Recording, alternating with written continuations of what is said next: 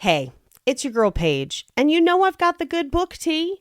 Do you ever wish Game of Thrones had more romance and less, unexpected beheadings? Well, grab your goblet of wine because Heirs and Spares Betwixt the Sheet edition by Jenny L. Spohr is serving up courtly drama, royal power plays, and enough spice to make a Tudor blush.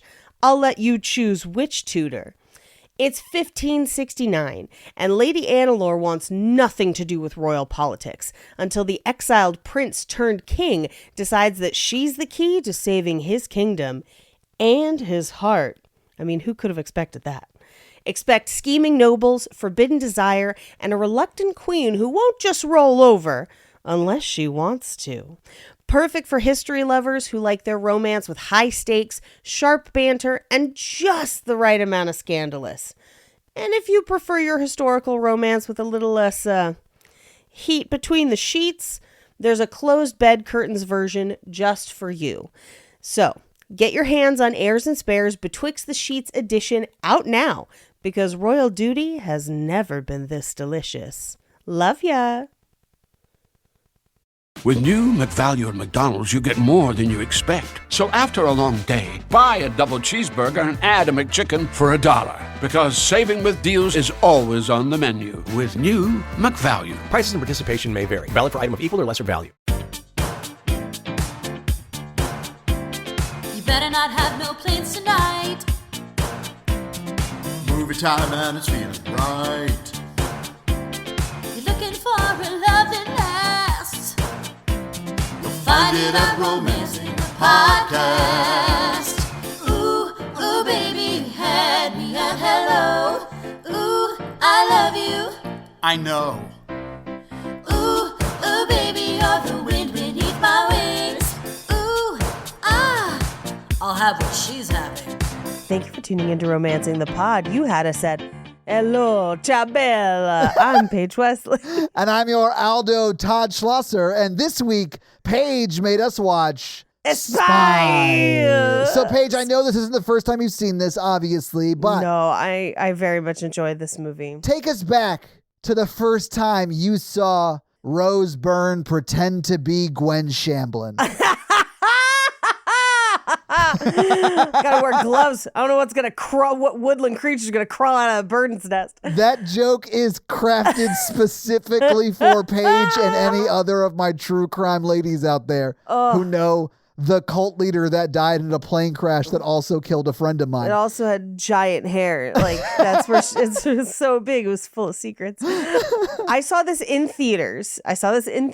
Yeah. And really enjoyed it. Like, more even than I thought it would. And like, this has all of the recipes for things Paige would enjoy of like action movie, plus size protagonist, Jason Statham. And I was like, you had me at Jason Statham, and enjoyed it very, very much. But it's one of those movies that I like forget exists a lot of the time. And then like it's on TV and I'm like, oh, fuck, yes, we're watching this right now. Yeah. Or recently it was on Netflix and Netflix was like, we think you might like this. So I was like, no shit, Netflix. And I immediately played it. Like, I probably watched this maybe 3-4 weeks ago. It was like one of the few days I was home and I was like, I just want to sit and do nothing and not have to think about anything. And I watched this movie and I was like, this movie fucking slaps, man. It holds up. It's just as funny every time. I love it so much. But yeah, I've enjoyed it a lot. I know Mikey enjoyed this a lot, and we used to bemoan the fact that we felt like we could not do this on either podcast because it's not really a love story, but it is a good movie. Paige, I'm going to go ahead and just full-throatedly disagree with you about it being a love story.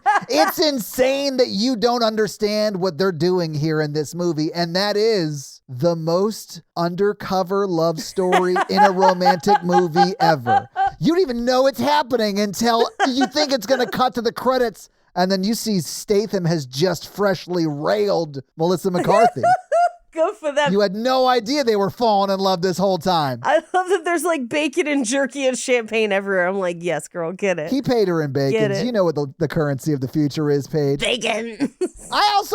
Paige. Yes. I also really enjoyed this movie. Had a lot of fun with it. Good. I knew you would. Yeah, it's a really fun movie. I got really scared at the end when they hadn't fucked yet because like there's no romance in this at all. I warned you. I told I know. you. I Listen, told you. I get it. I felt bad about Lockout, and now I understand why you were like, this might be worse than Lockout for romance where that is concerned. Sure. I watched this with Natalie because after editing The Spy Who Dumped Me episode, she was like, I guess I gotta fucking watch Spy with you because it sounds dope. Oh, had Natalie never seen it? No, she hadn't seen it either. She also liked it. I've never heard her giggle more than the dick pic scene on the unrated version that we bought tonight. Of course. I've never heard my wife giggle more. It was very funny. She's probably going to cut this from the episode so no one else except for you will know.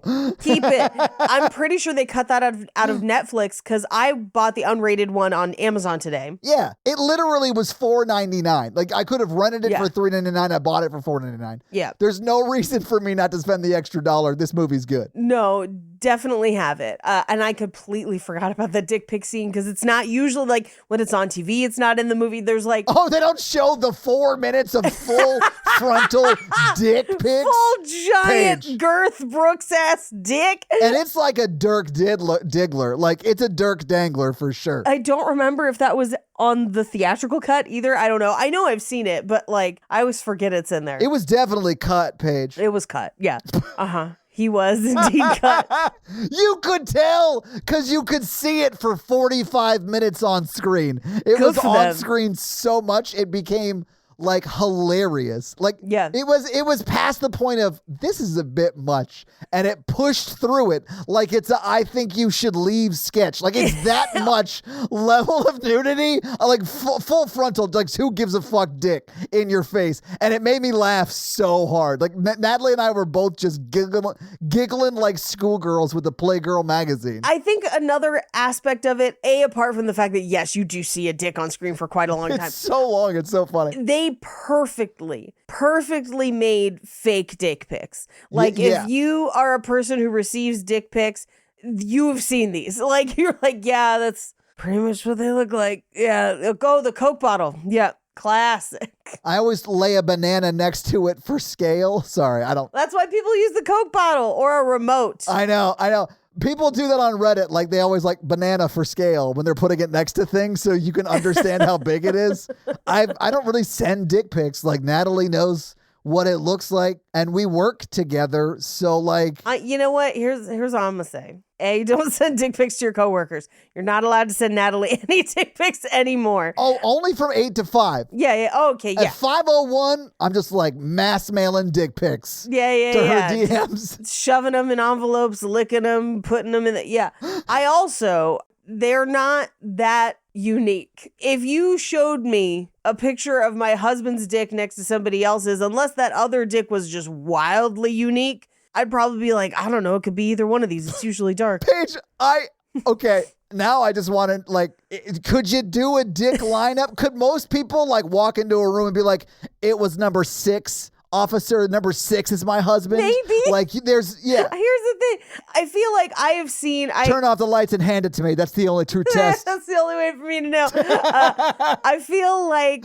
I know I've talked about this on Cult Podcast. I don't know if I've talked about this on Horror Virgin Romancing the Pod, but I have a friend who used to have a blog called dickopage.com. Go on. Where she took all of the dick pics that she, and I believe her sister as well, had received and decoupaged them onto a coffee table as an art project. And I love it. And then she would write essays about the people that sent the photos. I love that. And it was one of the most fascinating internet phenomena forever. And then kind of got some steam. So guys would like send her dick pics. Ugh. And like, there's only a handful that I remember, but it was usually because either the pic itself was so crazy or the dick itself was so crazy, but those are few and far between. Most of the other dicks, I'm like, yeah, it looks like a dick. They mostly look the same. I mean, yeah, sure. That's fair. I mean, Natalie could definitely pick mine out of the lineup, but the mustache gives it away. Yeah, I mean, and you got to be careful with facial hair. It can really, really make you stand out. I'd think it would be the monocle. Just French smoking a cigarette, like... Anyway, Paige, we watched Spy. How did we even get here? Oh my God. Okay. Speaking of dicks, I'm shocked that Melissa McCarthy did not know about Jason Statham's hip dick going into this movie. Hip dick. I thought it was so funny when she was like, everyone knows it's your gun, unless you got a hip dick. And I was like, maybe he does have a hip dick. I don't know. There's a reason he wasn't allowed in the Olympics, guys. I mean, I think it's because, does hip dick give you a diving advantage? I don't know. I think it's honestly more impressive. This movie just makes me sad that Crank does not fit on either podcast. I don't know, man. Does he have sex with anyone in that movie? He does. Because then I guess so it qualifies, Paige. I tried to tell you about this movie. He does have sex in both, I believe, because he has to keep his adrenaline up. It's like a whole thing. Oh, yeah, that's the only way to do it. Don't get me a treadmill and have me walk at a brisk pace or whatever. Look, we have to have sex. I mean, he tries that too. But there's like a villain who's like a head in a fishbowl. Dude, Crank is fucking nuts. I love that every time you describe Crank to me, I think to myself, I love this episode of Inspector Gadget, and I need to watch it, but I never do. I always forget. Crank has one of my favorite, like, prequel to sequel bridging scenes where, like... Yeah, the skydiving thing where he's, like, doing the really emotional call, and then the other... and you think it's, like, this, like, emotional moment, and then at the beginning of the second movie, you realize she couldn't hear any of that shit because she wouldn't have been able to hear it. That is wonderful. I've never seen either movie, listener. I only know this because I've heard Paige and Mikey yell about it many times.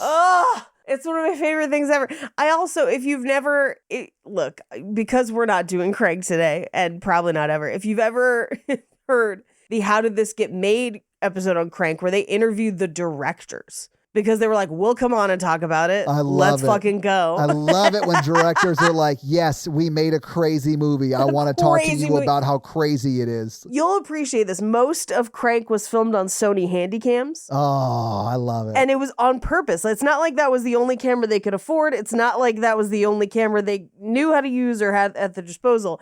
They just wanted to crash them into cars all the time. And so they just needed to be able to break cameras and still retrieve the footage. I love it. And not spend like millions of dollars doing it. It's great. Honestly, pinnacle cinema. Love it. That and Shoot 'em Up. Shoot 'em Up's more of a love story. We could probably shoehorn Shoot 'em Up into this eventually. Well, Paige, I see no lower bar currently than Spy. So I mean, I don't know Shoot 'em Up, but yeah, we probably could get away with it. Hey, no, you know what? This had more sex and kissing than Lock 'em Up. Or no, Lockout. Lock 'em up, Paige.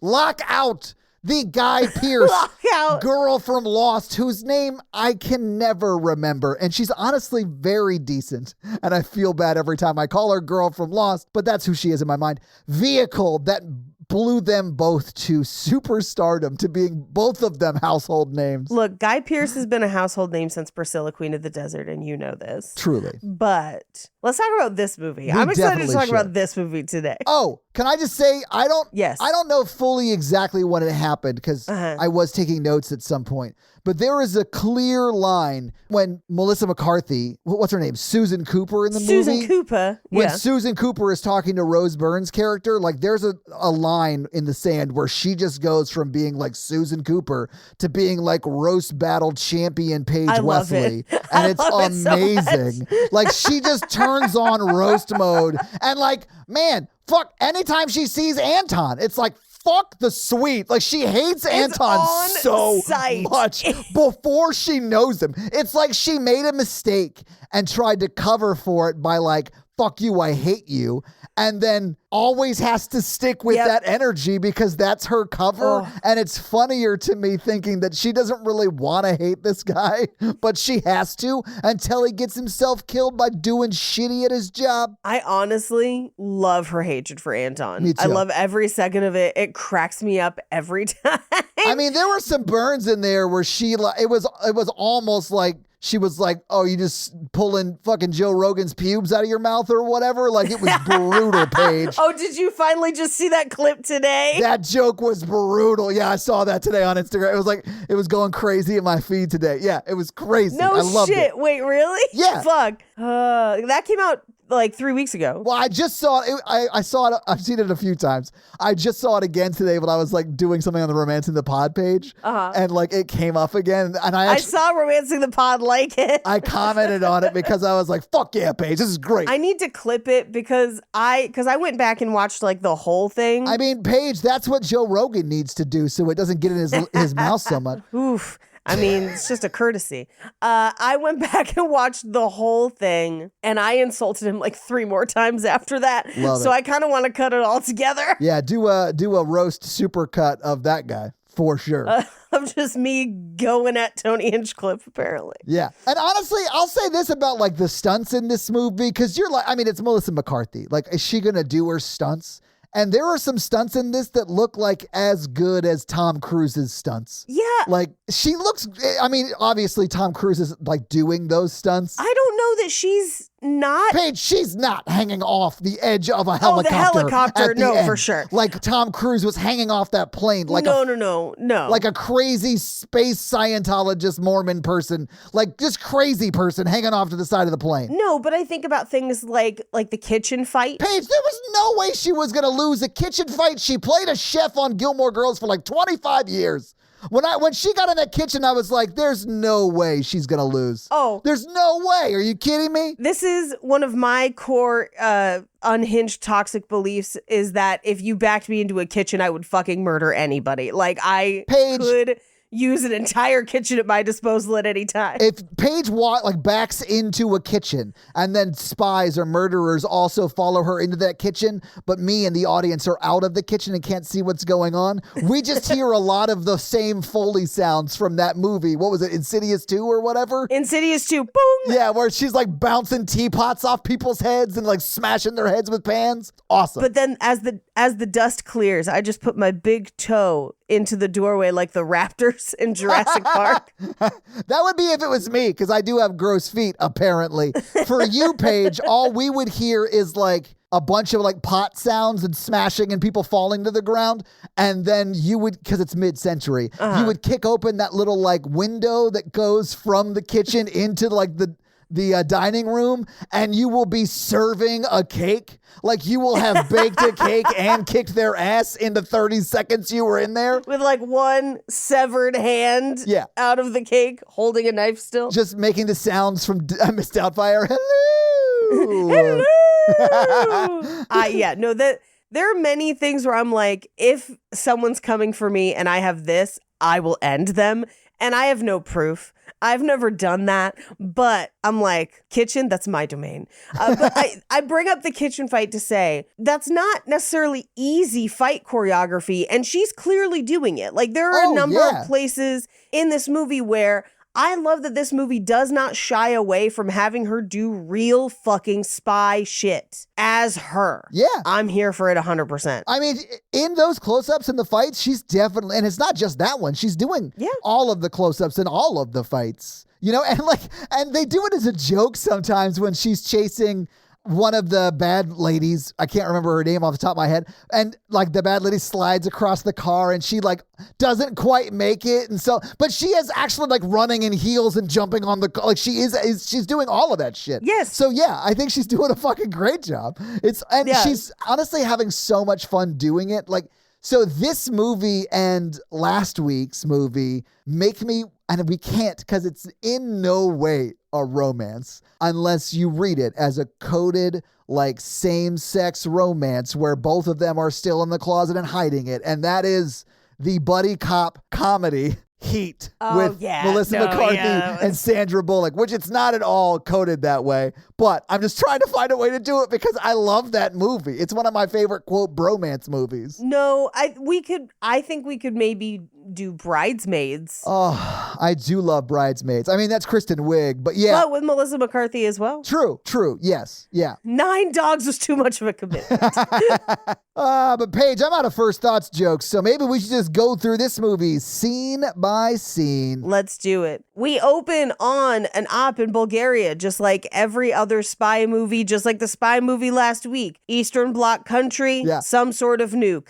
It is what it is. Yep. And also a knock list. It's both. It is both. It's both. Yeah. But it's Jude Law being a spy. And at first, it just looks like him doing real James Bond shit until he accidentally sneezes and shoots the guy that he's supposed to get the nuke from. Okay, so there's so much going on in this scene because he does sort of walk in, I'll say looking the most dashing a British man can look. Sure. And then he says something and then walks down into this basement. And then we find out that Jude Law's name, who again looks very dashing. Sure. His name is Bradley Fine. Lay you down. It's so fun. I was like, hell yeah, this guy's name is Fine. Yes. Hell yeah. Yes. Anyway, he does go in and he does have to they establish he's talking to, they haven't established it yet. Sorry. Right. They yes. don't until he sneezes and he kills the guy. But it's like the one guy who knew where the nuke was or whatever. Right. So it's like they're fucked. But that's when they reveal Melissa McCarthy is in his ear and he's CIA. Right. Yeah. It's such a funny moment too. It's such a funny moment, but it's a great reveal that our main character is basically in the control center of the CIA, which we will reveal is a rat and bat infested basement. It's got both, guys. And by rat, you mean mouse. Those quote rats were the cutest quote rats I've ever seen in my life. I've seen rats that look like they ate rats like that for sport. Absolutely. The ones in the Airbnb where I almost died because of that ghost. You would have assumed the thing that she almost died from was a rat-based thing, but no. The ghost haunting that was so perilous, she almost died. Also, just sort of inconveniently had a rat problem. We angered Diane. we never should have mocked Diane. Dan was the ghost. Oh, I told you off mic, and I told you to remind me to tell you on mic about how I might die at another Airbnb this weekend. Do you want to do it now or later? I will never make you do anything that resembles that candy. Great. So do it now. So I'm taping a 30-minute comedy special this weekend. You told me about that. Yeah. Yeah. And again, it's very small potatoes. It's largely so that we can cut it up and put it on the roast battle site and everything. Yeah. Great. Cool. Wonderful. It's still cool as shit, Paige. Take the W. Yeah. Well, and it was pitched to me as hey, come up and shoot your 30. We'll put it on the sites and everything. You make X amount of money for the weekend and you get a free retreat at this mountain air, bed and breakfast. And I was like, yeah, you had me at mountain bed and breakfast. Let's go. You had me at Mount B&B, baby. Mount B&B. And so weeks went by, the dates changed a couple times and I was like, what is going on with this? And then, so a couple days ago, I realized I'm leaving in a couple days. And I don't have an address. I don't have cause I've been traveling so much. Yeah. I'm trying to keep track of the trip I'm on, not the trip 2 trips ahead. Right. Before the end of May, I have 7 round trip flights. I am traveling so much in the next month and a half. I get it. Yeah, I know. Yep. I literally will get off a plane and be like, what fucking city am I in sometimes? Anyway, so I don't have an address. I don't have anything. I don't have a link for tickets. Now, granted, part of the reason they're shooting things here is because it's in a resort town where there's not much else to do. So they just promote it in the town and sell out. So it's built-in audience. That's the whole reason they did it, right? That's kind of great. Yeah, as long as it's a good audience. That's also right. It's people who don't know you, but if you crush, you crush. Right. And everyone, they did it last month with a couple of people, and all of those people were like, it was amazing. Great. It was the best. I had the greatest set ever. And I was like, cool. So I then, this past weekend, was in the Bay with 2 of the guys that are going. Finally, because none of us had the address, I go a-Googling today and I'm like, I'm going to find this place. How hard could it be to find? Tiny town, there's nothing there, right? I find it. And I don't mind saying this because by the time this episode comes out, they won't be in business anymore because that's God. what I find is that they're like closing. And I was like, Jesus Christ, like what? So I text the two guys and I was like, hey, I mean, it says they're open for our dates, but like, I don't know anything else. And then I'm like, here's a picture of where we're going. And one of the guys just texted back, we're going to get murdered. And I was like, you guys are the guys. So like, actually what I texted back was, do you have any idea how famous I will be if I get murdered in the woods? Don't wreck this for me. And we'll see what happens. But this would be my third Airbnb in 2 months. Yeah. That is weird. That is, well, I mean, I don't know. Maybe the success rate of like haunted Airbnbs is like a 1-to-1 ratio. Like if you rent an Airbnb, it's going to be haunted. Right? Yeah. They're like, it's Diane. We should have never mocked Diane. Wait, no, Diane was the second Airbnb. Do you think Diane was living under us in the basement, in the Barbarian basement for Panic Fest? Paige, I think a little bit of Diane's living under all of us. In all of us, in Yeah. our hearts and our minds. Yeah, of course. That was the second set of footprints on the beach or whatever, right? That's when I realized that Diane had been carrying me this whole time. Damn you, Diane! Walking next to Jesus, I guess, because like there were 2 sets of footprints and that's not what that saying is. I'm so sorry anyway. I just like the idea that from now till eternity, I am haunted by a middle-aged church lady, Diane. Honestly, I could think of worse hauntings. It's really just, you know, Yeah. Dana Carvey yelling at you about Satan. Satan is that special. Anyway, back to this movie and her sneezing. He shoots. She gets him out of there. Yes. Right? Even though they got rats and bats and, you know. She gets him out of there because she's God. Yeah. Full stop. Like she like has more intelligence than she would have as a CIA analyst or anyone who is not in that place with Jude Law. Like she literally sees stuff that's behind him and we see the camera they have and use and it's in their eye. She literally doesn't have eyes in the back of his head. No, but she has eyes on the building, but that's weird for its own reason because she's got like the building schematics that she's following and she's following heat signatures. Yes. And I'm like, when did they install these cameras to give her predator vision? Paige, later in the movie when she's in the field, she does her own analysis because she like downloads the map of the area and then like redirects her Vespa to like cut them off at the pass. Yes. So like there's not a lot of logic in this movie, No. but she is fully a god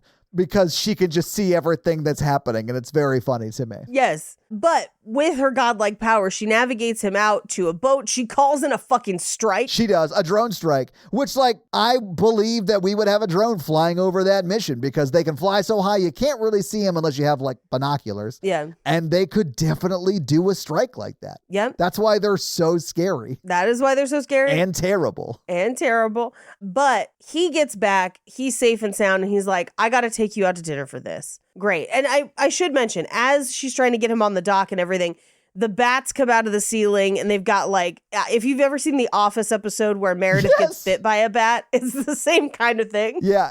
But so he's like, dinner's on me, but can you also pick up my dry cleaning and car and fire my gardener? She goes to try and fire the gardener. She ends up not doing it and mowing the lawn herself. I think it's more just to illustrate that she's kind of meek and avoids confrontation. Yeah, I think It's not great. I think it is there for exactly that purpose. And to show that she like just for no reason other than handsome loves Jude Law. Because he doesn't see her as a person really. At all. And that's made super clear at the end of the mission. I mean, he is like always very complimentary. And I do think on some level he loves her. Sure. In, I think, the most way he's capable of loving something, honestly. Right. And it's not romantic at all, but it is like, I really appreciate what you do for me. I think he does see that. I don't think he knows or understands how to value people generally, so it doesn't like come across great. Yeah. And he has terrible sense of what to get someone as a gift. Oh my God. But like, it's insane. I did love that she like, the cold open ends with her mowing the lawn. Right. Because she couldn't fire the gardener, which I thought was great. And then it smash cuts into a full song James Bond credit sequence. And man, I love that because fuck yeah, you got to do that. It's your spy movie, right? Yeah. And the song is like, it's just like a James Bond song. It's like very hooky, and it's like it's like about spy shit. I think it's like, the song is like, you don't know who to trust or something like that. Yeah, who to trust. Yeah, it's great. Yeah. But it's like exactly a James Bond song. It's awesome. But we cut to them going out to dinner at a fancy restaurant where she accidentally eats a napkin. Which, okay, that comes back later in a very rewarding way, and I fucking thought that was hilarious. We will cover it when it comes back. Yeah. But part of the reason she thinks it's food is because the guy comes over and pours warm water over it and they expand. Yeah. But it turns out that they are towels, hand towels.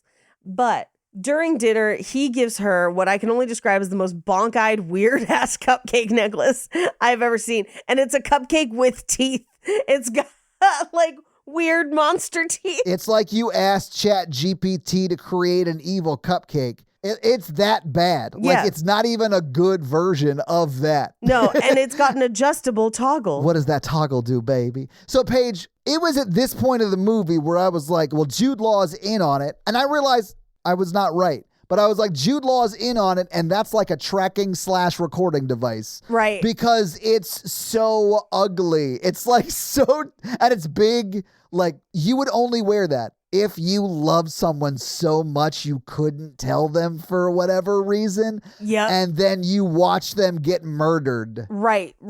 And that's exactly what happens, right? So, like, in my mind, I was like, oh, he's in on it and he's setting her up and just wanted to like create a reason for her to wear this camera or whatever, you know? Right. And there's got to be easier ways to get nudes, bro. Like, stop creeping on Melissa McCarthy. Just like open up about your feelings about her. It's okay to bang her. She's into it. I will say, and not so much Jude Law, because Jude Law does not treat her like a person. Allison Janney is incredibly cruel. By the way, Allison Janney's in this movie. Paige, we'll talk about Allison Janney when we get to her, but I have things to say.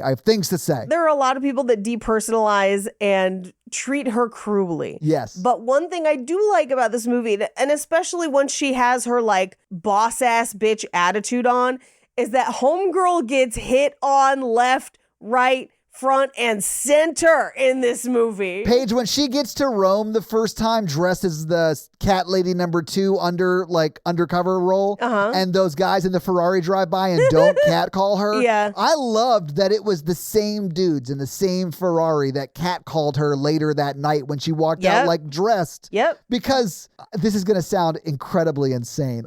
I felt like she going out was okay with that. If that makes sense. Like, she was into it. You know what I'm saying? I mean, okay, here's what I'm going to break this down, because this was exactly what my trip to Italy was like, where people just shouted at you all the time.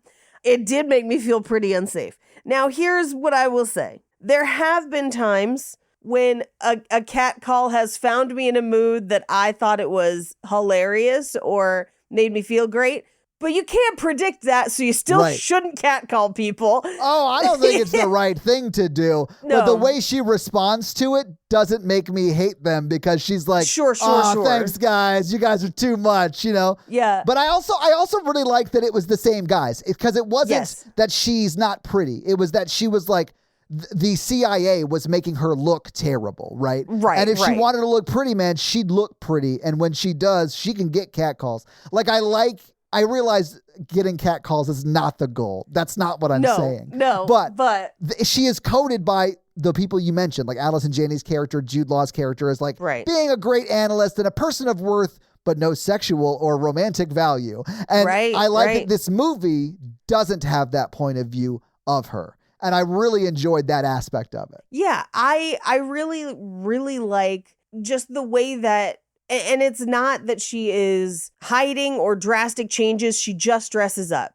And it's the confidence with which she carries herself that makes the difference. Like, she is no longer meek Susan Cooper. She is giving people concussions with a phone and calling them a gummy fish motherfucker. It's great.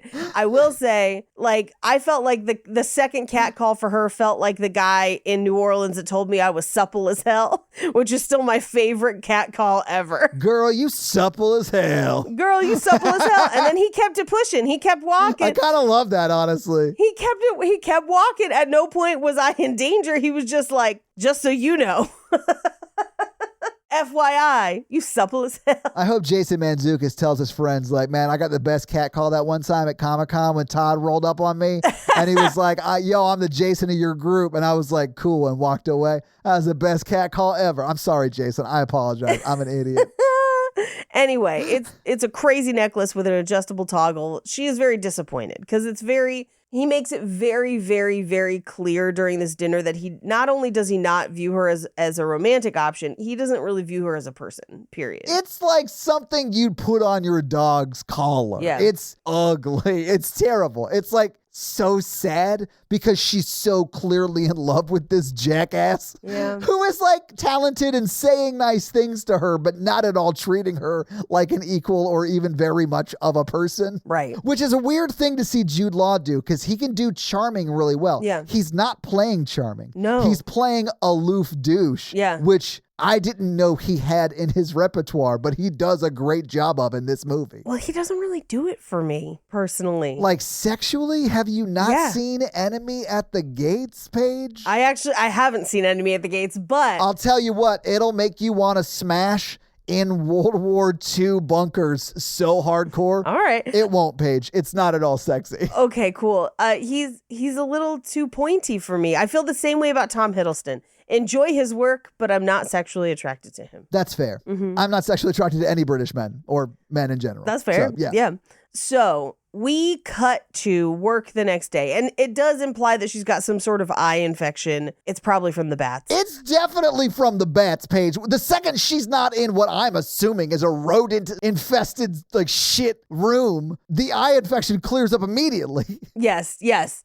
But so they go to a meeting the next day with Allison Janney, who is like the head of the CIA and is a boss ass bitch. And I love her. I have loved CJ Craig since I watched her fall on a treadmill in 2001 when I first watched The West Wing in school, like as a child. I was like, I love this lady. She's hilarious. She is great. She's always funny. And even at times when she's not trying to be funny, I think she is a very charismatic and fun actor to watch. I low-key love Allison Janney anytime I see her. She and J.K. Simmons are my favorite part of Juno. Holy shit, if they were actually married, the child they would make would rule us all from an acting perspective.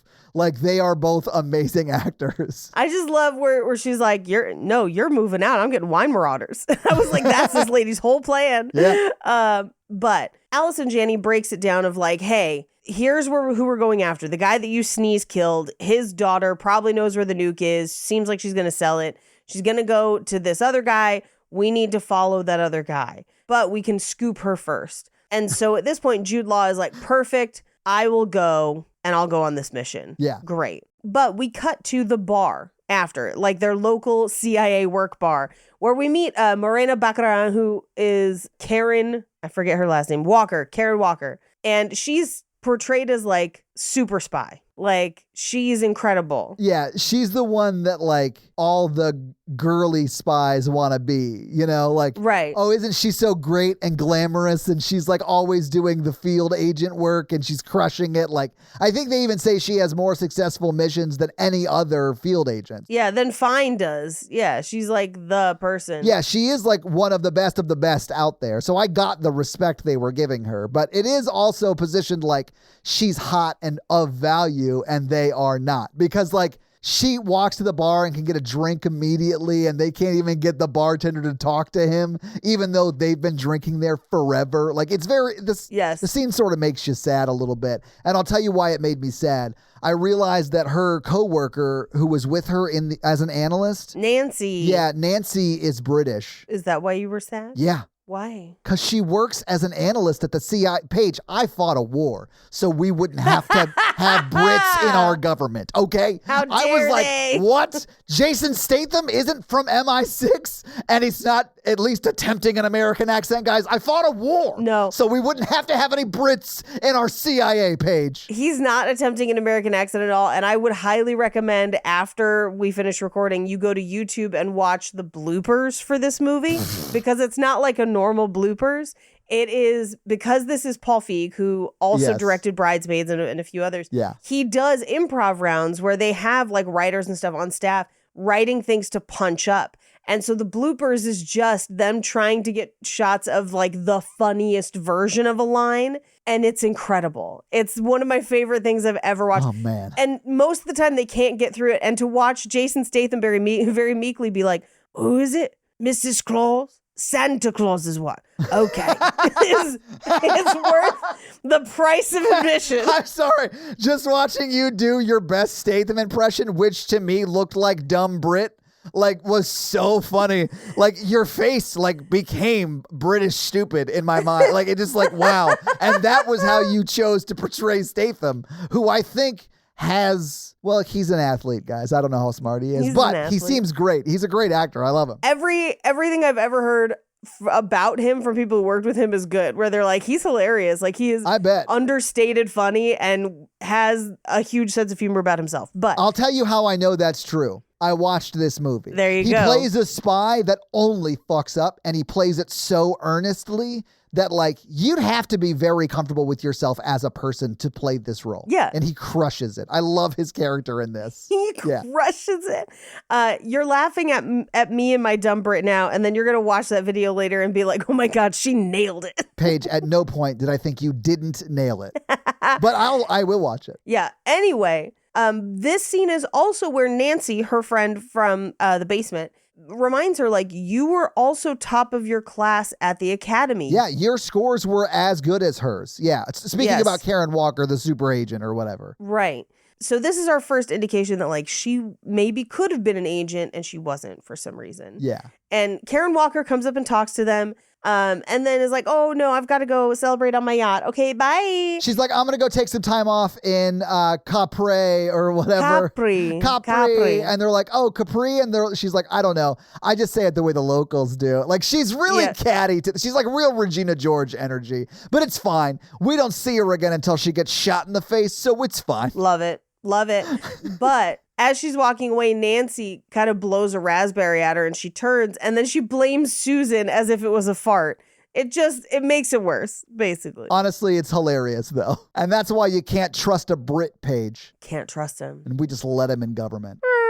I hope people get that I'm joking, and that was not my fart. It wasn't mine either. It was my mouth. It was your mouth. Anyway, we cut to the next day, where Fine is on a mission and she's like, hey, there's something weird with your camera and it seems like there's jamming interference. I don't like this. I don't think you should go in. He does anyway. And who should get the drop on him but Rose Byrne, a.k.a. Raina, who is the daughter of that terrorist guy. Yes, that he literally killed. Right, that he killed. So she ends up, or at least from what we see as the audience, she shoots him and then says into his camera glasses, I also know who all these other agents are. Basically, I have your knock list.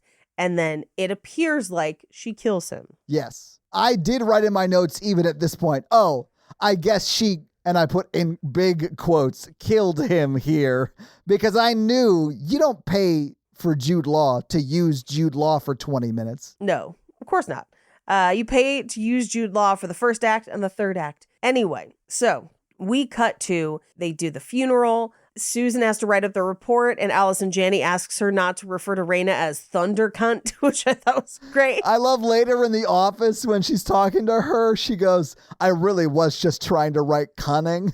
And there's no way it would autocorrect from cunning to Thunder Cunt. It was like, how can I explain this in an all plausible way? And she fails, but I like that she tried. It was very funny to me. I like that she tried.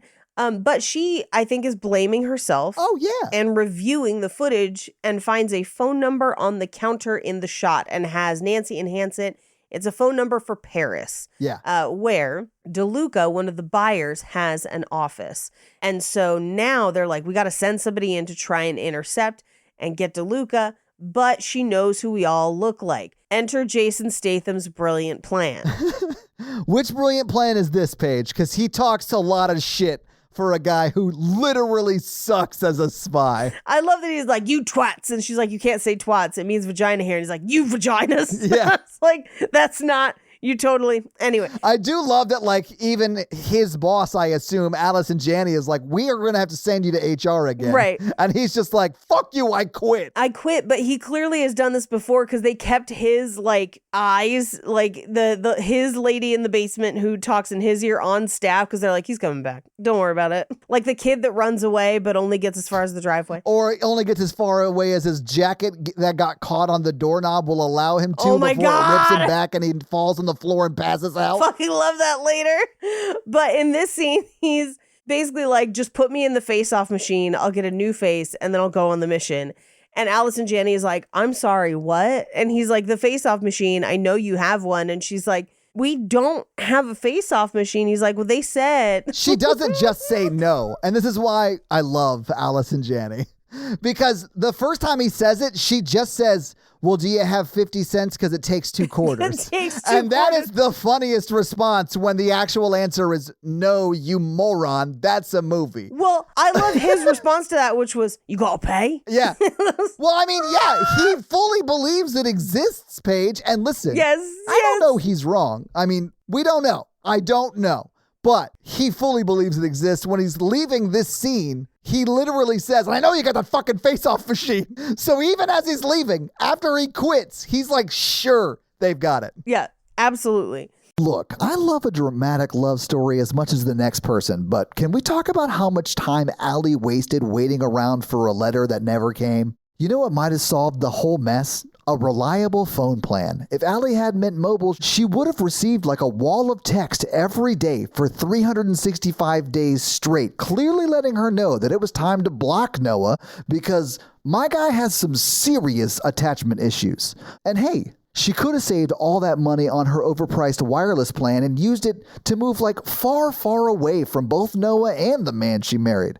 Yeah, I double-checked it. She was married when she rekindled things with Noah. That junk is messy. Anyway, Mint Mobile gets it. The premium wireless starts at just $15 a month. You get high-speed data, unlimited talk and text, and it's all on the nation's largest 5G network. Use your own phone, keep your number, and avoid your ex who's building a house out of spite. Stop saying it wasn't over, it's still not over, to your current overpriced wireless plan.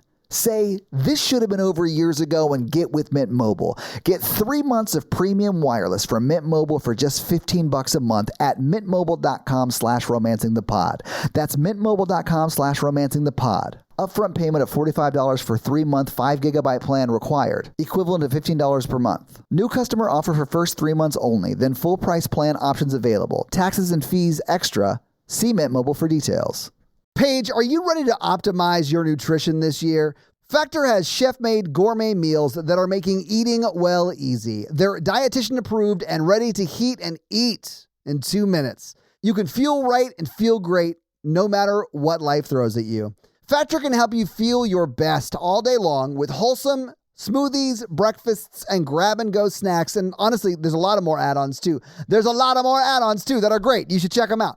They're pretty great. They have like 40 options across I think it's 8 dietary preferences. Don't fact check me on that. It's something like that though. But you can check on their menu each week. It's easy to pick meals tailored to your goals because you can choose from things like Calorie Smart or Keto, or I think they have a Protein Plus one too. And the best thing is Factor arrives fresh and fully prepared, which is perfect for any active, super busy lifestyle, which is why it's so great for me.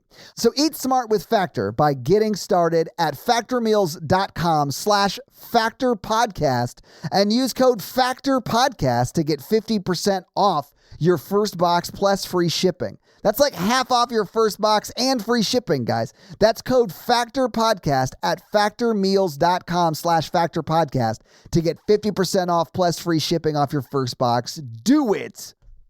Anyways, you lied to me, you pair of vaginas. There is something really cool in this scene, though, and I really love the way the dialogue is written, which sounds insane. But there's a scene where it's the one where it's the scene we're in, because later in the scene she offers to go, right? This is where she right. is going to go. And the fight that causes Ford to be like, if you send her, I'm quitting. That's what starts it, right? Right. Because Allison Janney listens to her and she does make a good sort of compelling case for why it should be her. She does have really good stats from when she was at Field Academy, and she's done all the analysis for the past 10 years, so she knows every player in this so fucking well. But the problem is she hasn't been in the field for 10 years and none of the agents have respect for her because of that. Right. Which is stupid, we come to find out. But that's like the fight, right? But he's yelling, him being Jason Statham, is yelling at Allison Janney. And he says, "Don't tell me I'm not going to go, Betty." And she responds with, "Ford, don't you call me Betty Crocker," which to me is funny because if you listen to just the words, not who's saying them, it is, "Don't tell me I'm not going, Betty Ford. Don't you dare call me Betty Crocker." And that to me was hilarious. I'm sure it's intentional. I'm sure it's intentional. Yes. I just really love the cadence of it. It's like not musical, but there's a cadence to it that I enjoy. Yes. I'm sorry I had to nerd out about that. I enjoy it. No, it's all good. She does offer to go, and this is when Jason Statham is like, "You're not honestly considering it." She's like, "I am, because nobody's seen her face." So like, Yeah, exactly. you know. She's not been in the field at all, and she's so far removed from the field, she hasn't even been through training for 10 years. They would never guess that we would send this person because honestly, it is, if you have a better option because they don't know who your spies are, it's a terrible option. Right. But they know who all of the spies are. Right. So like, you have to send somebody they don't know. She is their best option, I think. Well, and we will find out that she just is their best option, because Yeah. literally the very next scene is when Allison Janney is like, "Hey, I pulled your tapes." Shit, I love this scene because it's like she's sitting her down. And this is the scene where she's like, "I meant to type cunning, I promise, not thunder cunt." Yeah. And she's like, "Don't worry about it. I got your tapes from when you were in field training." And she, not Allison Janney, but Melissa McCarthy, is like downplaying the badass way she is fucking Yes. working this training room. And she like blasts everyone. Not everyone, but like the pop-up little like shooting targets. She's like blasting them after she like barrel rolls into the room. And then you hear her run out of bullets. And then the next one that comes up, she throws the pistol at it and it like knocks it over. And then the next one she gets up and breaks its neck and she's like wrestling to the ground. And then they start to send in people to stop her. And she starts like throwing them around. It's like legitimately badass. And Allison Janney is responding the way I think you would respond if you saw that. She was like, "This is the most badass." I was going to upload it to YouTube. Like, it's so Yeah. badass. Like, I love her response to it because it is. And I don't think Melissa McCarthy is seeing it as that. I think she's like, Right. women aren't supposed to behave this way. This is not the way to be an attractive woman or whatever. And I like that Allison Janney is like, "Fuck all that. You're a badass. This is awesome." She also, it's implied that she hurt one of the trainers. Yes. Well, she does throw him over her shoulder like through a target. Yes. So, yeah, I mean, it's probably good to clarify that there were no injuries of humans. A lot of targets didn't make it through that trial run, though. Right. But this is where Allison Janney's like, also your scores were top of your class. Like, why did you not become an agent in the field? And Yeah. she's like, "Well, Fine was my mentor." And she's like, "He convinced you that you should help him." Yeah, he sniped you. He sniped you. Yeah. And Allison Janney's kind of pissed about it, but it doesn't stop her from giving her a bonkers bad ID. Yeah. Now, I do think there is a real world practical application of like who blends in and who's invisible, where like they are giving her these awful IDs, but that is a person you would not look twice at. Yep. You know? I agree 100%. I get why she doesn't want to be that. Sure. But her new identity is Carol Jenkins, single mother of 4, Yeah. selling stuff for a software company. And they give her like every time they give her a fake wallet and she looks at the picture in her wallet, it's one of my favorite things. It's so bonkers. This one is where she's the mother of 4, but her kids are so far away from her in the photo and are Yes. so badly photoshopped. It's very funny. It's great. But they set up a surveillance office at a hotel right across from DeLuca's favorite casino and his office. Yeah. So they give her the rundown. It's the cue. Here are all your gadgets, except that it's Michael McDonald from Mad TV, and it's incredible. When you told me last week that I was going to really enjoy this scene, I thought I was going to really enjoy it, but for a different reason. And I really enjoyed this scene. It was so funny. But I thought you were like, "Oh, it's so awesome. It's badass. The gadgets are wonderful." And the gadgets are cool, whatever. But it's like their version of Q, for whatever reason, really hates Melissa McCarthy and wants her to be embarrassed 100% of the time. Well, my favorite is that she's like, have I done something to you? And he does not answer. He's just like, huh? But he gives her antifungal spray, which will basically disrupt security systems. And also works as a mace. And also pepper spray. She's like, couldn't you have just made it pepper spray? And he's like, oh, I didn't think about that. Yeah, but then I have to print out a new label. Yeah, I do like that she's like, I'll wait. And he's like, I don't want to fire up the printer. Like, and I do love that it's as easy as turning on a printer, and he will not. He is not doing it. He's like, ma'am, it's 2:30 on a Friday. I am not working anymore past this conversation. Nope.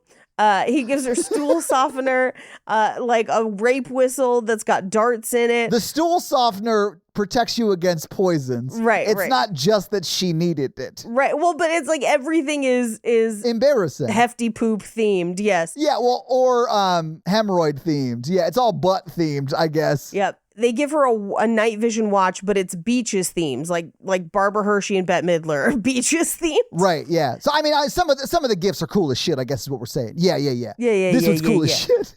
It is like the movie poster, though, so it's like just their heads and then the like clock dial. I thought it was very funny. Well, just their heads, and in very tiny font, it just says Beaches. Yeah.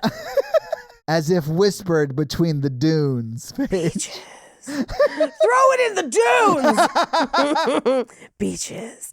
But we cut to she's getting ready to fly, and we reveal that Nancy is now going to be in her ear. Yeah. So she gets to Paris. She finds her hotel. It's awful. There's a rat in the sign. Diana's clearly been there. Yeah. She gets upstairs. The room is busted, but she finds her gun and all of her stuff in her earpieces, puts it in, and has a moment of like, I can't do this. This is not me. This is bad. Yeah. But Nancy's like, you've got it. You can totally do this. But then we hear something. Well, I do love that we cut to Ford, who is Jason Statham's character's ear person. And she's just like in the office with a mouse on her tits because now they have a mouse problem instead of a bat problem. Yeah. And she's like, until he checks in, I can't do anything about it because where is he? Spoiler, he's in the room with her, where he has one of the most unhinged speeches of this movie. And I love it so much of like, I do things that people say I couldn't do all the time, like take up piano at a late age. Oh, Paige. He says so much crazy shit that he's done, and I don't think he's done any of it. No. Like, Paige, he says, I once used a defibrillator on myself. What? I once pulled shards of glass out of my fucking eye. I've jumped from a high-rise building using only a raincoat as a parachute and broke both my legs upon landing. And I still pretended like it was a fucking Cirque du Soleil show. Like, he's just, I think, making up shit. So the defibrillator one is in Cranked. What? Oh my God. Every time you talk about it, it sounds like the best Inspector Gadget episode I've ever heard. And I don't know if the glass is, but he does jump off a high rise in Cranked too. Like some of those things are all in Cranked. Oh yeah. I remember the famous Crank scene where he pretended to be under threat of assassination, convincingly played Barack Obama testifying to Congress. This monologue is the best. This monologue is insane. Anyway, she's just like, I'm not going to ruin the mission. You're going to ruin the mission. Just please stay out of my way. And he's like, fine, but I stole something from your minibar. And then walks down the hall and he's like, you're going to ruin it. And she's like, I'm not. And he's like, yes, you are. As he like walks further down the hall. And it is like sort of creepy because it's a dark hallway. So he like walks around the corner and she goes, no, I'm not, like to herself. And then you see him, but it's just shadow because it's so dark on the opposite side of the hallway. He like shadow leans in and says, yes, you are. And then like just disappears. He like haunts the scene. It's very funny.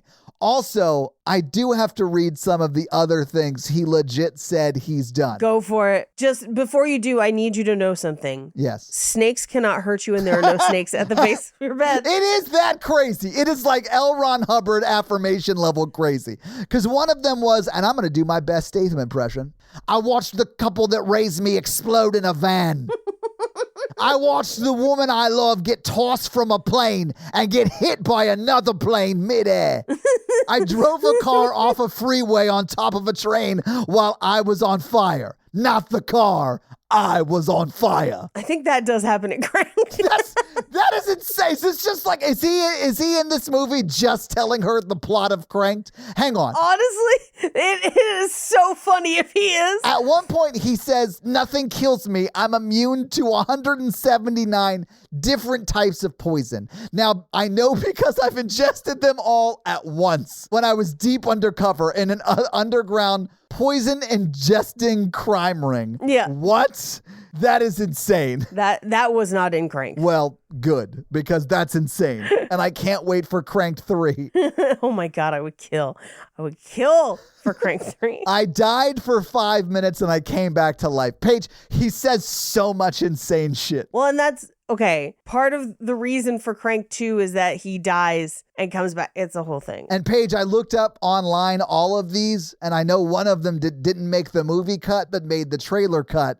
And that is, I once took out a terrorist cell using only a lint roller and a box of cornflakes. And like, not just a terrorist, he took out the entire cell, like the whole terrorist group. He took out with a lint roller and a box of cornflakes. The dude's amazing at lying. He sucks as a spy. So, I mean, here's what I will say. Paul Feig, who wrote and directed this movie, he specifically wrote the role for Jason Statham because he's a huge fan of Jason Statham movies.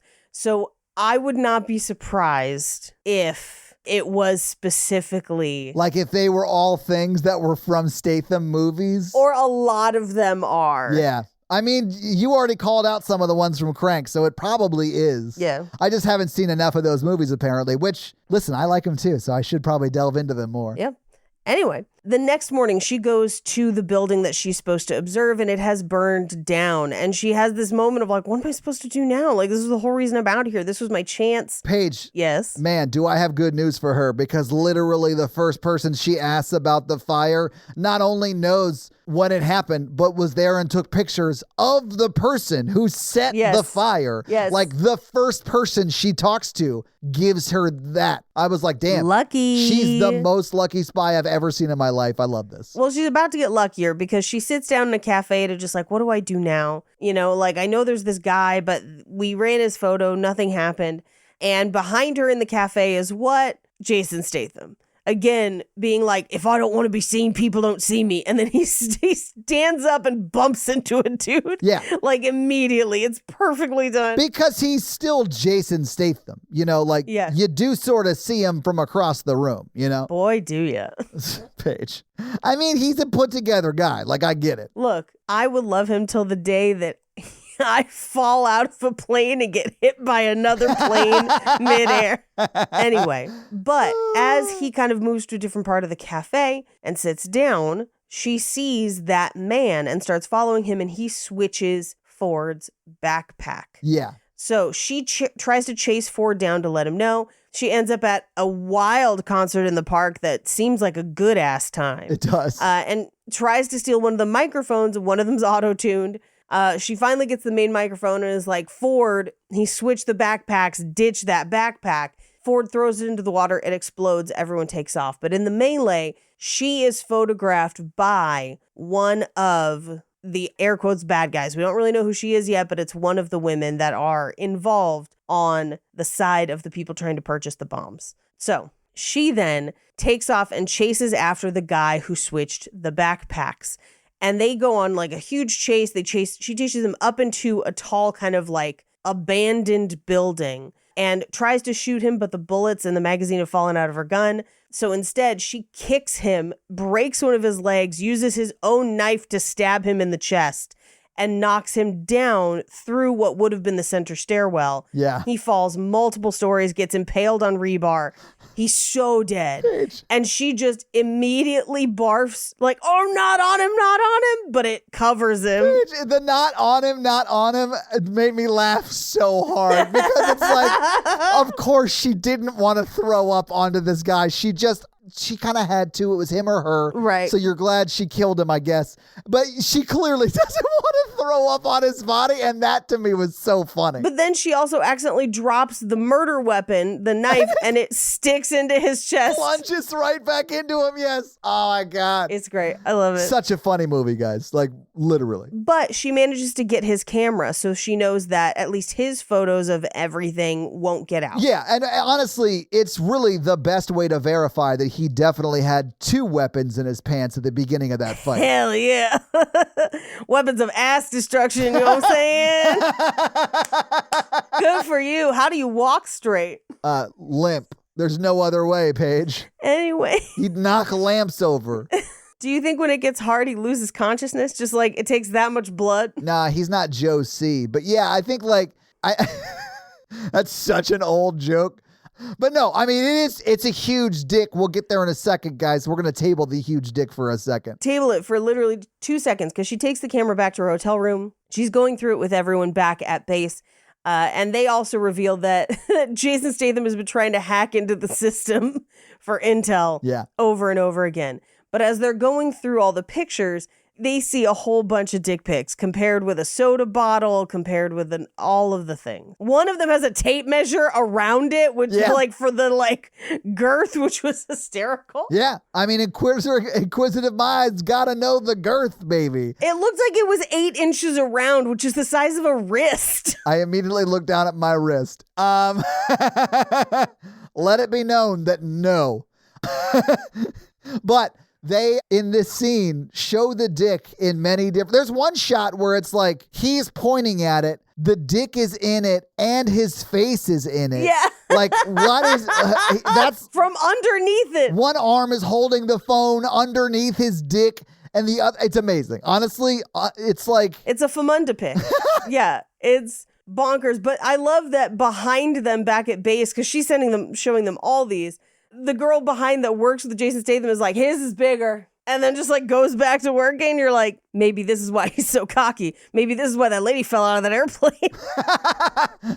That second airplane that hit her was his dick, Paige. She thought she was grabbing a life vest, but... Honestly, I feel really bad for Jason because like 2 years before this movie took place, he was sitting just in like a holding area during this tragedy that was going on. And some like aide had to walk in and be like, I'm sorry, Mr. Statham, but a second plane is the love of your life. And he was like, what? She was right here. He was just sitting there reading books to kids, Paige. Yeah, this is a weird 9/11 joke, but I'm going there. Tacky the Penguin was tacky. All I want is someone to recreate that like stunned look on George W. Bush's face as he was reading to the kids, but make it Statham's face. If you give a mouse a cookie, this is a story about late-stage capitalism. Anyway, so... in this tape, she finds a video of him testing out the camera while they kind of discuss the plan, including the name Ronaldo, which turns out to be the name of one of the Rolls Royces owned by the main terrorist guy. Right. Yeah. It's also like a famous name. I mean, there's a lot of famous Ronaldos. Yeah. Anyway, we cut to, she now has to follow to Italy because they have like gone to Italy. And she's like, not to toot my own horn, but toot, I stopped people from bombing. Like, please let me go. Yeah. And they're like, all right, pull the rug back in the corner. You have a new identity. But this is the one that's Penny Morgan, the cat lady, who sold the most Mary Kay in her state and cashed in the car to go to Italy. Yeah, it was like a whole European vacation, but she's in Italy now. Yeah. Right. She arrives. And I do like that Nancy's like, I got you a driver, but nothing too flashy. And who should show up but Peter Serafinowicz, who has not been on Romancing the Pod before, but has been on Horror Virgin before. You may recognize him from his role in Shaun of the Dead as their roommate Pete. Yes. Yes. This is Aldo, who is a very handsy member of the CIA, or at least... just say Italian. Yeah, he's just an Italian guy. But like he works, I guess, for them. I don't know if he's like on contract, an in-country sort of person they work with, or if he's like, because he does seem like he's Italian, not like an American in Italy, if that makes sense. Well, there is a debate about it later, and we can talk about it later. But I don't know where it falls. That's the reason I'm sort of bringing this up, because I don't know where he falls either. And the reason I ask is because maybe he isn't worried about your American HR. You know what I'm saying? Like when Elon Musk sent all of the people in Italy that don't work for the government, but work for contractors that work for the government, when he was like, you guys all have to justify your jobs by the end of the week or you're fired. And all of them just wrote back, the fuck we do. We have a union. Eat my ass. Like, it was so funny, the responses from Italy, because they were like, no, we have like labor protections here because our country doesn't suck. I mean, Italy sucks in its own way. It does. Like, it sucks in a different way, but the workers' rights are way better there. A different way. Yeah. But here's where I land on if he is Italian or not. Because there is a point at one point in this movie where he talks to himself and he has the Italian accent when he does it. Which makes me think that later when he says, I learned your English from Downton Abbey, that maybe that was the truth. But I will say this level of catcalling was what I experienced in Italy. Just all the time. Like it was weirdly normalized. It was so strange. And this kind of driving as well. I was like, look, man, that you take your life in your hands if you drive in most of Europe, honestly. But yeah. Yeah, I've driven through England and Scotland and Wales, and it's not terrible, but there are some, and I only say this because it's different from America. Yeah. Like it's weird at some points. Italy was the only time where I was in like a tour bus and I was like, we're going to die. Like the tour bus was driving that crazy and people were like zipping around it like it was nothing. And then we got to a city, I remember, and our tour guide was like, see you at the bottom of the hill, and then just like waved down a passing Vespa, climbed aboard it, and was gone until the end of the day. Like, Italy's a fucking wild country, man. There are elements of that sound kind of awesome, but like some of that sounds kind of scary. Although people were probably zipping around that bus because it was normal for them. Like, that's a normal thing. Yes. Yeah. Anyway. It's just different from our culture, I guess. It is. Like, they're men just being very handsy with any random woman they roll up on. I would say it's more, as opposed to handsy, it's vocal. It's just like, you're beautiful. Well, in this movie, he is like molesting her. I've never been handsy. there, so I'm only talking about this movie, so I don't know. Yeah. But I know you've been there and that you got catcalled a lot. You've mentioned that. Yeah. I got catcalled a lot. It was a lot of like, Jabel, and you're just like, why are people screaming at me on the street? And your first inclination is, it's not me, it must be someone else, right? Like, is there a celebrity or something? Because you're like not used to it. And so the first couple days I would turn and be like, who? And they'd be like, no, you. And you're like, what? Stop yelling at me. Anyway, I do love that he's like, my name is Aldo, like your American shoe store in the mall. Yeah. Great. Are you grabbing my butt? Yes.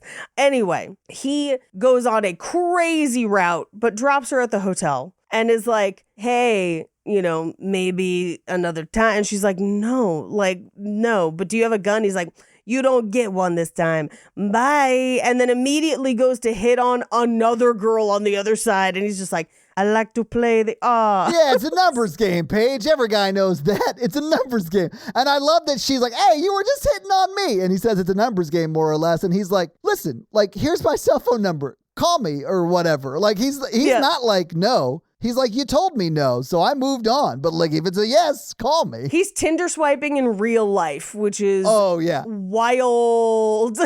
It's great. Like to your face. But I mean, honestly, it seems like he swipes everybody right. Yeah. Oh, yeah. And literally and figuratively, like he's literally pawing at these women. Yeah. It's really upsetting. It's gross, but I bet this guy gets laid every day. Oh, man. Hey, it works on somebody. That's why they do it. Anyway, she notices DeLuca arriving at the casino. And my favorite is that she claps eyes on him.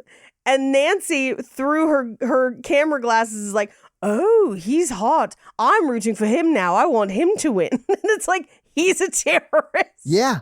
You know why she's saying this, Paige? Because he's hot. She's a Brit. We fought a war. We dumped tea into the harbor. So that we wouldn't have to have British people in our government. I just thought it was funny. I mean, I'm sure there are British people that work at the CIA. I'm But I sure. thought it was so funny that two of the main characters at the CIA were British people. It's so funny to me. I mean, I told you about the girl in our office that we thought was pretending to be British, right? Hang on while I lean in. What? Paige, you thought she was pretending to be British. So she is presenting as British, and you're like, man, she's so British, I don't buy her Britishness. Not to quote Super Ego, but Paige, how British was she? So British that we would have to bleep the nickname we gave her to not upset listeners. But okay. Paige, you're allowed to say Cuntin Abbey. It's fine. No, that would have been great. No, for the record, I did not come up with this nickname. Someone else in the office did, and they called her Dobby. And I just assumed she was British because the only interaction I had with her, because we're not in office, right? And so she was somebody who worked like in the office because she was somebody's assistant. She walked up to me and she was just like, obsessed with your jumper. And I was like, oh, cool. We have a British person? Like, I didn't think about it, right? Right. Apparently, another person ended up in the office with her, working like alone one day. And she's like, nobody's here. Do you mind if I hang out? And she was like, no, yeah, of course. And this woman just proceeded to like trauma dump on my friend and like all this crazy, like, I don't really know what to do, blah, blah. And then halfway through, suddenly seemed to slip into an American accent. Okay. Like, yeah, I don't know. It's kind of weird. And I think she must have seen my friend's face kind of like turn, like, what? And she's like, anyway, pip, pip, cheerio, bye. Oh my God. She saw the mask slip, Paige. She legit went home the day after she said, I like your jumper, in a fun, silly way for her. And she was like, babe, I think I have to pretend to be British. I just like I felt awkward in the moment. So I did like a funny voice. And now people think I'm British. And so she is just trying to slowly slip back into her regular American accent. But you guys keep like looking at her weird. And she's like, fuck, I gotta keep the bit going so I don't get fired. Well, because I feel like one of three things happened. Either A, she is British and just has adopted some Americanisms and happened to use them all at the same time. B, she's pretending to be British at her job, which is crazy. But I admire the performance art of it. Or C, it is what you have described. She did it once as a joke and now she's trying to find her way out of it and couldn't do it. That's the one I like the most. Also, can someone just give her a piece of clothing so she can get promoted from assistant already? Jesus. Well, that was why the nickname happened. Because the person she was talking to was like, how do I get her to go away? And she was like, what if I gave her a sock? Anyway, so she sees DeLuca going to the casino and she's like, I need to dress up so that I can blend in and get into that casino. And she has a full glow up. Love it. And then walks into the casino and they're immediately like, I'm sorry, who are you? Like, no. And then we hear a voice that says, oh, she's with me. Who is it? Jason Statham. And he kind of pulls her to the side and is like, you're wrecking the mission. And she's like, no, you're wrecking the mission. And he's like, I just had to get you in here. You were about to create a scene to get in. And she like, honestly, at this point, you don't know how terrible he is at his job. So you're like, right. I don't know, maybe he did sort of help you out here a little bit. But then you quickly sort of realize that he sucks at the thing he says he's very good at. The only reason he got in is because he charmed that front desk lady because she's like, oh, he's so charming. And it's like, oh, he just Stathamed her. And then that lady was like, what list? She got Stathamed, for sure. She got Stathamed. Yeah. But she sees DeLuca going into the high rollers room. She tries to follow him. They aren't going to let it happen. But who does she see waiting in the reception area outside? But Raina, the woman she's trying to find anyway.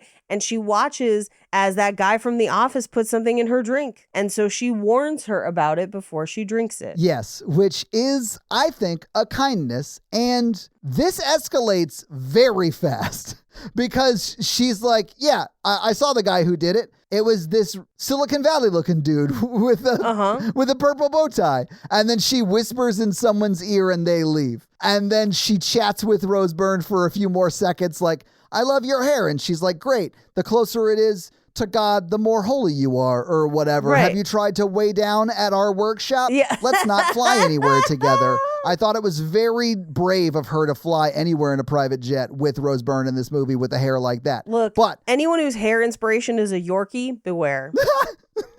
that's so true, though. That is so accurate. Yes. If a Pomeranian could also wear your hairstyle, don't go on planes. That's what your tarot says. I'm sorry. If she pulled the Hulk card upside down from the tarot deck, get out. Yep. Anyway, these are like such specific jokes about the remnant church Gwen and the lady who died in the Shamblin. plane crash that also killed a friend of mine. Yeah, and his wife. Yes. So sad. Anyway, sometimes you gotta laugh through the pain. That's what. But to get us back on track, it escalates so fast because she like tries to play it off like, hey, I'm just trying to help out another lady. We got to stick together out here in these Dayton streets. And she tries to just fuck off back to the bar. But Rose Byrne, after talking to her for a second, the guy comes back and she's like, it seems like we have him. Would you mind trying to ID him? And then she's like, sure. And so Rose Byrne stands up, and then literally everybody else in that section of the bar they were in stands up as well, because they were all her security team. Yep. It's nuts. Anyway, so they go out into the alleyway, and I will say kill, but he sort of kills himself in a way. The guy who like poisoned the drink. Right. Silicon Valley. Like, they sort of force him to drink the drink, and he does. And then he does the most, like, aggressive fuck you. Fuck you, Raina. Yeah, Raina stuff. He's, like, giving her the finger and doing the, like, hand under the chin thing as his neck implodes, kind of. It's great. Well, my favorite is his neck melts, seemingly. Yeah. And Melissa McCarthy passes out and then gets back up and is like, was I out long? And Rose Byrne is just like, just long enough for us to laugh. Don't worry, this was all a dream. No, it wasn't. A man's throat dissolved. And you're just like, oh, oh God. But she sees in Raina's necklace that all of the rest of the men have guns aimed at her head. And Raina's like, oh, you know what? Let's go to dinner to say thank you. And then you could tell me all about this hideous dress, which is not hideous, by the way. She looks great. I think it's just to paint Raina as mean. Yes. And it does. I mean, she is mean. Yes. But I think by the end of this movie, her and Melissa McCarthy kind of love each other in a way. Maybe not love each other, but they respect each other. Yes. And they're not friends, but they definitely are going to talk more. Like, they have a weird relationship at the end of the movie, and I don't necessarily hate it. I don't hate it either. I think it's really fun, actually. To me, it feels like if we got a Spy 2, Rose Byrne in prison would be a character that, like, Melissa McCarthy's character would go to for, like, advice. Like, hey, you grew up in this world. Right. Help me connect the pieces or whatever, you know? Like, I would love to see that because I love their relationship at the end of this movie. Oh, the line at the end of this movie, we'll get to it when we get to it. It's great. But Yeah. she basically is like, hey, this other guy was supposed to be watching out for me. Shoot him too. So, like, multiple people are dead at this point. They walk back into the casino and start to have dinner. And this is where we get that payoff for the napkins, because it turns out this actually is an appetizer at this point. Yeah. And she has Melissa McCarthy order wine for the table. And she is floundering and orders the name of the restaurant. And she's like, yeah, so surprise us. Like, what do we even do? But my favorite is, and it's a runner here and in a couple scenes, where Rose Byrne has this monologue of like, there was this woman when I was growing up in Budapest who just sat in the mud in a dress made of rags, and you remind me of this woman. This sad clown. This sad clown. It's so funny. I love the reveal of it being her mother, too. We don't get that until they're on the plane, and then the photo is so funny. It's so brutal. The photo, and then the callback later once Melissa McCarthy is mad, like angry Melissa McCarthy, is chef's kiss. But she's like, hey, I have to go do something. Let's go to Budapest. You can come on my flight, and then you can fly my jet home wherever you need to go, which of course is a trap, but like, you know, she goes along with it. And as they're leaving the casino, she notices Ford, and she notices that Raina has noticed Ford and orders her guards to grab him. So she uses her earpiece to Morse code back to base to have them cut the power, giving Jason Statham a chance to get away. Yeah, it's great. But we cut to the jet where she has this conversation of like, you remind me of my mother. And she's like, well, we're pretty close in age. And she then tells the story of like, that Bulgarian clown woman was her. And it's like you in that dress. It's It's what I've got and it's hideous, but it's mine. And then she shows her a photo of her mother. And it is like, if you asked ChatGPT to basically like, what is the most upsetting Eastern European woman you could send me a picture of? And then had someone who was actually good at art do it instead. Yeah. That's what you'd get. It's great. So good. But it's a real scary picture. Like, you don't want to be compared to this person in looks, I guess is our point.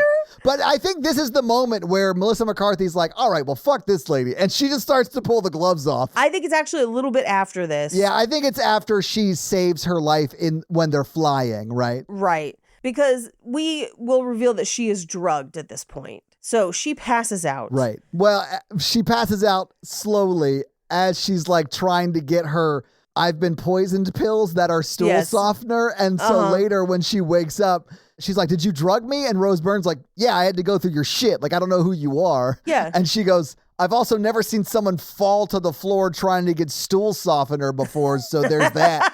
And that to me was very funny. Well, and because everything in her bag is like stool softener and hemorrhoid wipes and whatever. Yeah, it's like embarrassing. Well, and they like just throw it away. They don't assume she's an agent. They're just like, what is all this shit? Right. But as she's like, okay, so I know you're not CIA because what is this?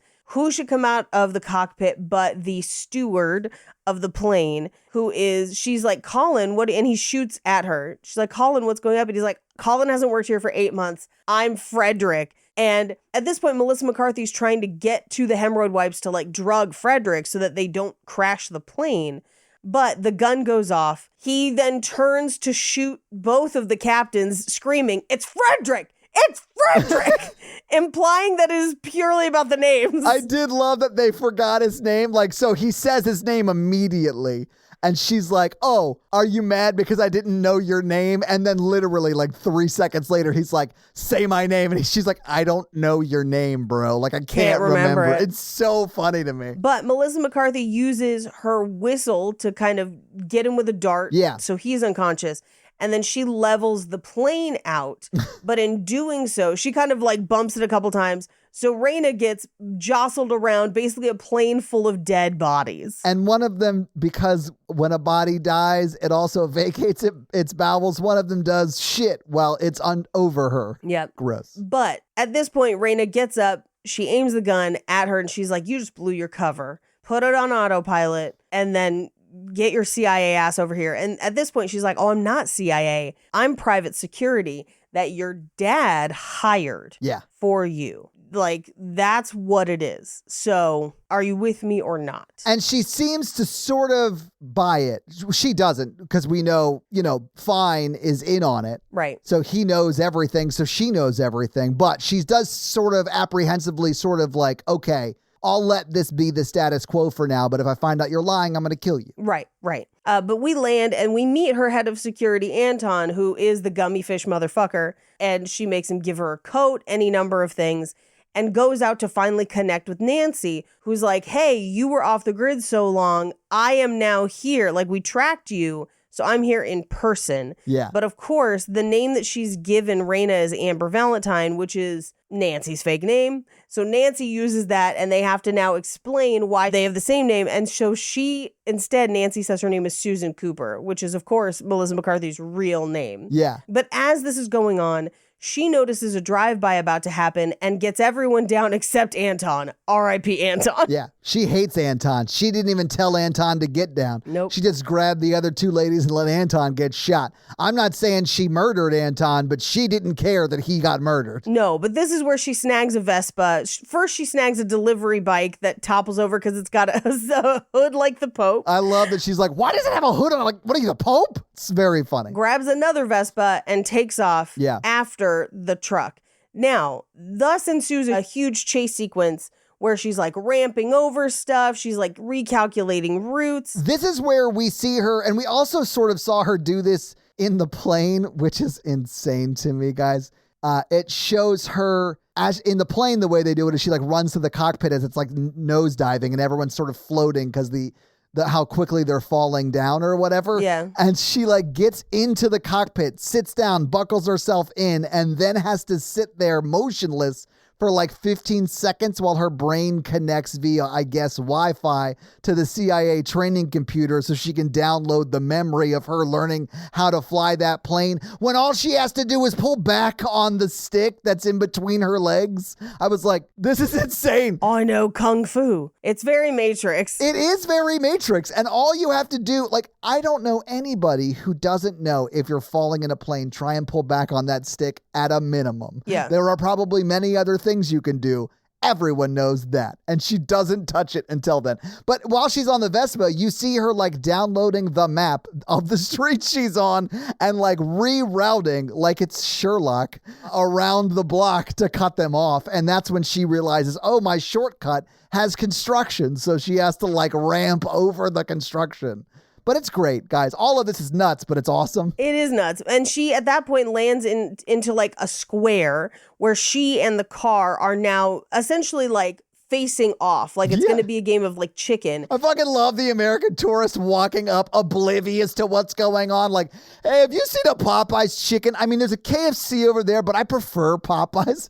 And she like has no idea that this woman on the Vespa is about to possibly die or kill the people in that BMW across the parking lot. And it's when she pulls out a gun and shoots and he's like, oh, never mind. I will ask someone else. But that's played by her husband. Yeah, I know. I love that he's in like all of those movies. So funny. Or he's in a bunch of them at least. He's also her producing partner. They do a lot together, although he's not always in them, but he works on them. So she shoots the gun out of the hand of the person shooting from the car. Amazing. It's like she's been playing Duck Hunt her whole life. Her whole life. It's like she's playing Duck Hunt and she's got Outlander behind her being like, you can do it, Claire. At least this one makes sense because she was like a field trade agent. Right. Like, it makes sense. Yeah. She dodges the car, so the car crashes. She goes to the window, and who is it but Karen Walker? Turns out she's a double agent, and she's about to like shoot Melissa McCarthy when someone shoots her. Yeah. And we don't know who does it. It's implied that it's fine. Yeah, I got that it was fine. It could have been Ford, but I don't think Ford does anything good. So I don't think it was. We don't see, though. That's all speculation. Right. So we cut back to she catches up with Nancy, and Raina has already made it upstairs into her apartments and is like, get your asses up here right now. What the fuck just happened? Everyone is dead. Get me new bodyguards now. So they call the agency, and who does the agency send? Aldo. I do want to note, though, Rose Byrne is one of my favorite parts of this movie. And in this scene... Oh, she's amazing. She's amazing. She's stomping around ranting, and she just picks up different guns and rants with a different gun as she walks around the room. It's one of my favorite things ever. If I had a gun, I'd do it. Okay. This is my ranting gun. It's not even loaded. It just says rant on the barrel like it's like my ranting gun. Yeah. And furthermore, if they tell us about the fucking aliens, can you stop pointing that at me? Anyway, so they decide that they are going to go meet the other buyer at like a Euro rave, because every spy movie needs a Euro rave, and this gives Melissa McCarthy another chance for a makeover that Raina will still insult. Yeah.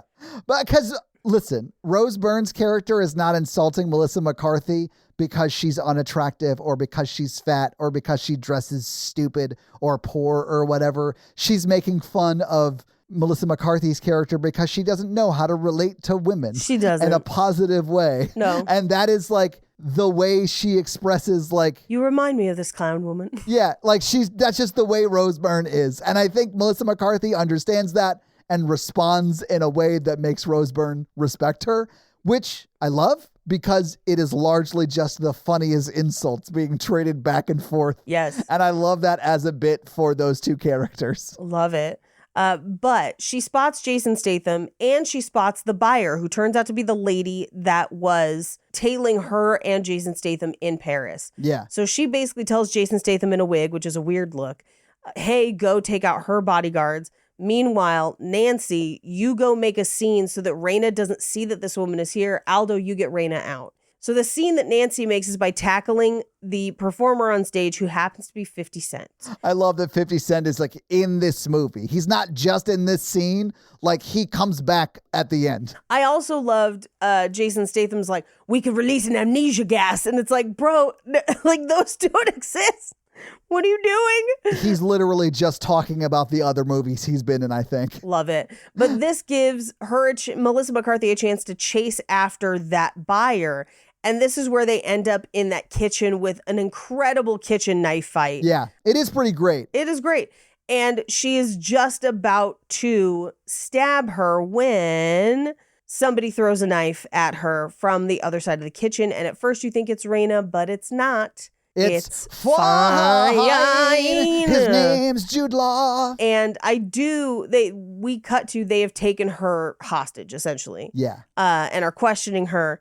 And she's like, oh, so you're sleeping with the man that killed your father? And she's like, no. He told me it was this other agent. And Melissa McCarthy's like, yeah, okay. Like, yeah, we know it wasn't. She doesn't even say, no, it wasn't. She's like, whatever. Whatever. Which is the better way to play that. Because then it's like your word against his. Right. But if you're like, I don't care, it makes it seem more valid that you're right. You're like, whatever, man. Whatever. But she basically is like, should I just kill her now? And Jude Law is like, no. I thought we were going to keep her for later. And she's like, no, okay, maybe. But then she pretends to shoot her and is like, I wouldn't waste the bullets. Put her in the room. Yeah. So they put her in a prison, essentially, with Aldo. And Aldo is beaten up. He's not making a ton of sense. Jude Law comes in and is like, hey, I don't have a ton of time, but I am deep undercover. I faked my death. I'm trying to work this case. Karen sold her the names, but at least I can still protect you. And she's like, okay, fine. But she doesn't fully trust him. Which you shouldn't. You shouldn't. So she gets Aldo to untie her. And I do love that Aldo is like, bound lady, I think he underestimated you. I think you are a good agent. But the fact that he calls her bound lady is so wild. Well, they are bound. They are tied up in this room together. Like, he's not wrong, but he's saying it like it's a sexy thing. Yes. Like it's like Gerald's game before he dies. No. I'm also sort of taking guesses at the plot from things I've heard people say about that movie, but I think I got it right.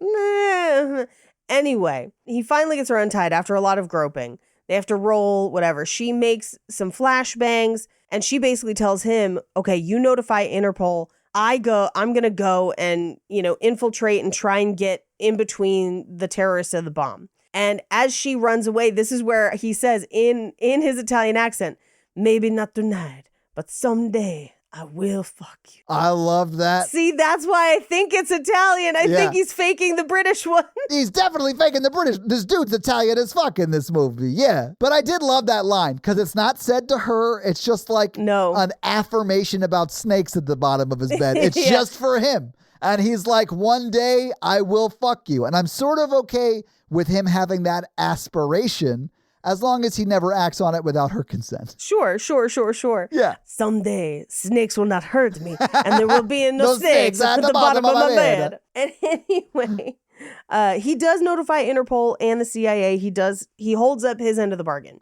She goes to break into a car, but sees a BMW, hops in it, drives to DeLuca's. We cut to DeLuca's where they have brought the Rolls Royces, including Ronaldo. Yeah. And he basically says to Raina, hey, if we're going to move forward with this, I need you to kill the CIA agent you're banging right now. Right. And she's like, well, no. And who should show up but Melissa McCarthy? And is like, hey, yeah, I wouldn't kill him because I love him, but I'll help you process the sale because you need to know about Dudiev, the guy that we're selling to. I have all the intel, so let me help you, essentially. Yeah. She's like, you won't be successful without me. Like half of the people that work with this buyer end up dead because he's very particular and he's very dangerous. Right. So she really does make herself seem like I am indispensable. You have to have me or you will die.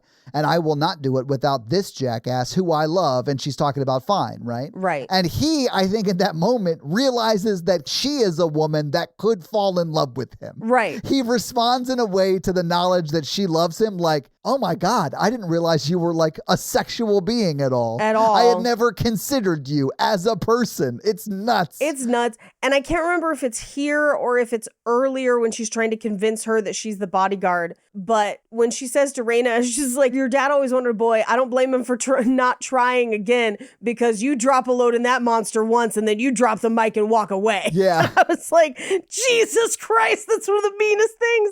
But I love it. And I just want a moment for it. It's so great. That's actually the scene where I wrote, Oh, so at some point, Melissa McCarthy just becomes roast battle legend Paige Wesley. Oh, man. Anyway, they allow them to help out. So they go to meet Dudiev. They reveal that the nuke was just in the trunk of the car the entire time. But who should show up and just blast Dudiev but DeLuca? DeLuca just shoots him. He's like, why would I work with this guy? I just needed the bomb, and then I'm going to sell it to somebody for $500 million, and they're going to, detonate it in New York. So if you haven't seen Phantom yet, I was like, oh my God. I love that he said it that way. He was like so callous and like off the cuff. Like, so if you haven't seen Phantom, now's your time. and then it cuts to something else. I was like, God, that's so great. But who should run into the room but Jason Statham, except that his coat gets caught on the doorknob. He falls.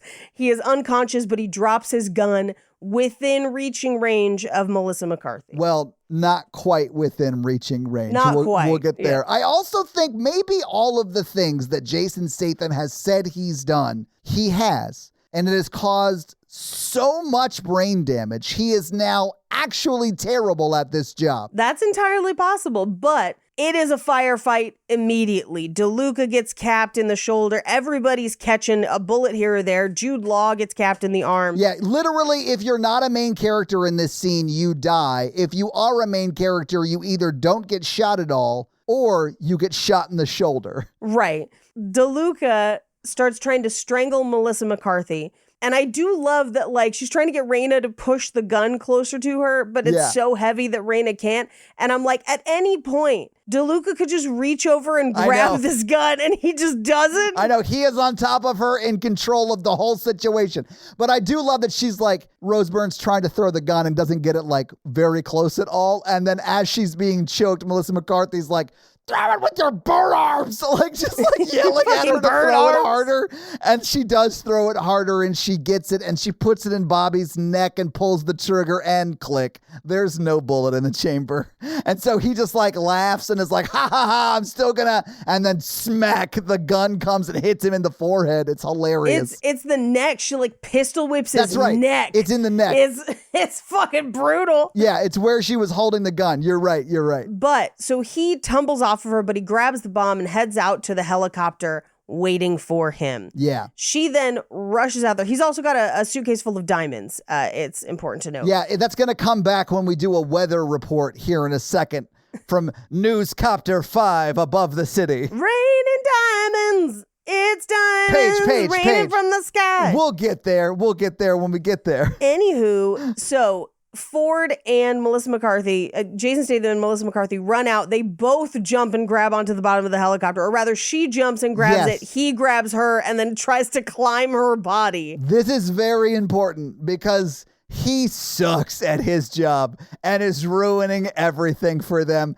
And as he is literally climbing up her, he is yelling to her about how she is ruining the mission. And she's the only one that has a firm grasp on the mission and the helicopter. And it's hilarious to me. He eventually does fall off and fall into the water. And I was like, he'll be fine. He was almost an Olympic level diver. Like, he knows how to handle this situation. Well, and they're not very far off the water at that point. No. Yeah. Like, I'm sure it was probably 20 or 30 feet, which is like, that's high. He'd be fine, though. He'd be fine. Yeah. But she climbs up into the copter, and this is where she basically throws the diamonds and the bomb into the water. Yeah. For them to retrieve later. Now for our eye in the sky weather report, we go to Elizabeth Taylor. Elizabeth, how's it looking? White diamonds. Exactly, Paige. Thank you for nailing the punchline of the joke I was setting up. You're welcome. Babe, cut me out of the saying white diamonds because it's better if Paige says it. It's better if it's better if Paige says it because it's white. It's like Elizabeth Taylor. Yeah. Anyway, it's very funny to me that you knew where I was going and like nailed it. I love that. That's why this works. There you go. As DeLuca's about to try and shoot her, even though she's dumped the nuke, he gets shot from another helicopter beside them. Paige, I was so mad when they revealed that not only do they have a British person in the CIA, they're giving them guns now. I did not fight a war so that we would not have to throw this lady into the harbor with the tea. I thought it was very funny that they're just giving everybody who's an analyst a gun now. Oh, and she gets a giant gun. She's like, they gave it to me. And then they borrowed 50 Cent's helicopter and she's like, he wants me. And I'm like, I want their story. I want their love story after this. Paige, I am counting their love story as one of the love stories because we get as much of it as Jason Statham and Melissa McCarthy's love story. I warned you. I said it. I told you. Paige, if you think I'm upset, you're insane. I loved this movie. I bought it. Yes. This movie has more dick in it than any porn I've ever watched, and I paid for it today. What kind of porn do you watch? Not much. Okay. Anyway, she drops the gun. That helicopter kind of flies off, and DeLuca wakes up as Melissa McCarthy's trying to steady the helicopter and tries to shoot her again. He grabs the cupcake necklace, and she uses the adjustable toggle, so that he then slips and falls out of the helicopter, grasping the ugliest necklace in the world. Yeah, I kind of hated that this ugly necklace didn't really come back in a way that was satisfying at all. I mean, this is pretty satisfying that she gets to destroy it. Yeah, that she gets to destroy it, but it doesn't come back to bite Jude Law in the ass. Yeah. He just gave her a shitty gift. Yeah. And she wore it the whole movie because she loves him. And then I guess it almost kills her, but she's smart enough to toggle it off her neck so it kills him instead. But whatever. Yeah. I see it as the last vestiges of her old self. Yes, I think so too. Yeah. Yeah. Which, if you saw her in the beginning of this movie, you'd be like, man, she looks exactly like ChatGPT was told what an angry cupcake looked like. And then it tried to make that. As a person. Yeah. But she gets back on the ground. They've arrested Raina, who's like, great, I'm going to need you to pull the car around. And she's like, do you think I still work for you? What? It's very funny. And then she was like, fuck you then. And then she's like, well, fuck you. And then they trade a bunch more insults, but they're smiling to each other. It's so, honestly, their relationship at the end of this movie is nuanced and interesting. I liked it. Yes, but she is now a full-fledged agent. She does run into Aldo, who is like, Albert, ma'am, I'm actually British, or am I? He's not. This He's dude's not. an insane Italian dude who just wants to get handsy with literally everybody. Literally everybody. I love that Allison Janney gives her a new identity. It is bonkers. She runs into Jason Statham, and this is my favorite Jason Statham line of the movie, where they're like, nice suit. Where'd you get it? And he's like, well, I made it, didn't I? And you're like, what? When? Yeah, apparently Jason Statham is a world-renowned spy and tailor. Yes. Oh, he's the tailor in Tinker Tailor Soldier Spy. Oh, God. He's not really. He's not in that movie. No. I just thought that would be funny. He takes off in a boat, and my favorite part is she's like, who's going to tell him that that's a lake? Well, because he doesn't get in the boat and say, I'm just going to jostle around the lake for fun. He's like, sometimes a man just has to take a boat to sea and head to Italy or whatever. And so he fully thinks he's going to drive the boat to Italy, but it's a lake. So he can't. He can't. And then you think it's going to cut to credits as you hear a Jason Statham yelling from the boat, why didn't you tell me this was a lake? And then it cuts to them waking up in bed together, Paige. Well, first we see her and Nancy walking away where they're like, I'm so sore. I just want to sit down and eat bacon and drink champagne. Great. I love that. Which is literally what she said to Jason Statham the next morning. Yes. I'm so sore. Can we just go eat some bacon? Bacon. You owe me bacons. I mean, the person in Jason Statham's ear said his dingle-dong was bigger than the one we see on the camera, so there's no way she's not also sore. Yeah, I mean, unless you stretch and lube up first. I'm just, make sure that your partner's taken care of and nice and ready if you're going to be slanging that big dingle dong. It was like a baseball bat size, Paige. It's huge. There's no way. I mean, yeah, sure. Okay, yeah. They wake up together and she's like, oh my God. And he's like, you loved it. And that's the movie. Also, that one sentence Paige just said is all of the romance. But Paige, having seen this movie, having talked about the movie, what do you think about the movie Spy? Love it. Enjoy it. We'll watch it again many times. I enjoy this movie very much. Very much the same. I really enjoyed it. Glad we did an episode on it. Think everyone should watch it. It's not romantic. No. Apologies. No. But man, was it fun to watch. And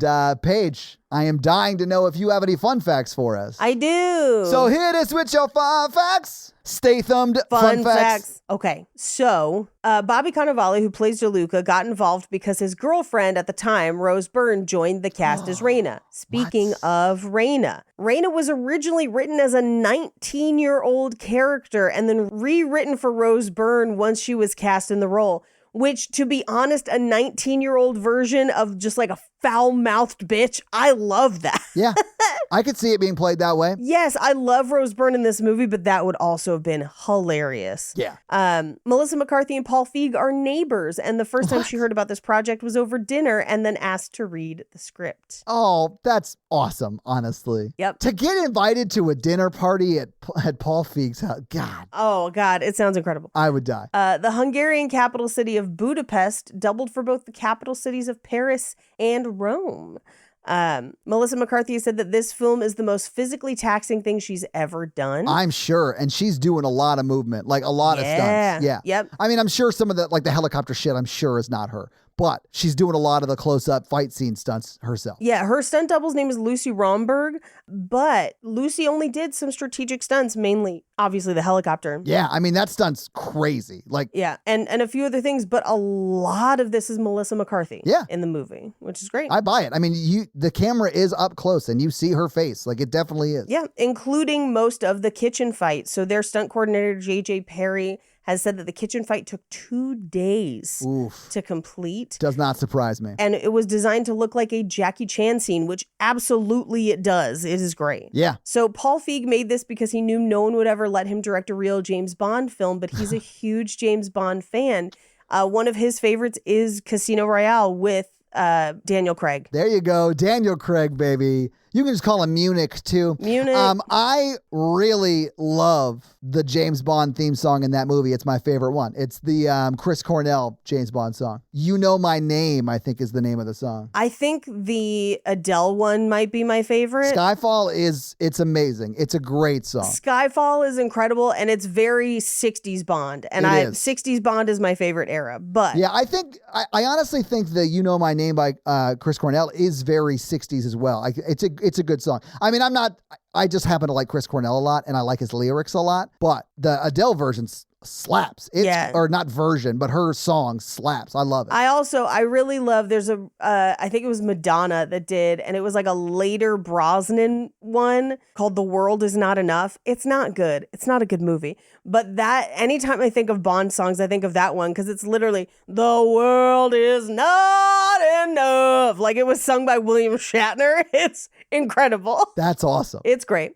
Now, he has actually said of this, I'm a big fan of spy movies. I wanted to create a broad action comedy in that genre where the comedy comes from the characters is not a spoof or satire. It is a spy movie. The danger and action are genuine, but still be as funny as we could make it, which I do think is a little bit of the mistake of what we watched last week. I agree. Yeah. I honestly, okay, so I've probably told you about this script idea, but I really want someone to remake the Robert Redford movie Sneakers. You've not told me about this. Okay, so Sneakers is probably one of my favorite, maybe late 80s, early 90s movies. That Robert Redford era where he was no longer a Paul Newman side piece. He was like breaking out into his own, but wasn't doing huge movies yet.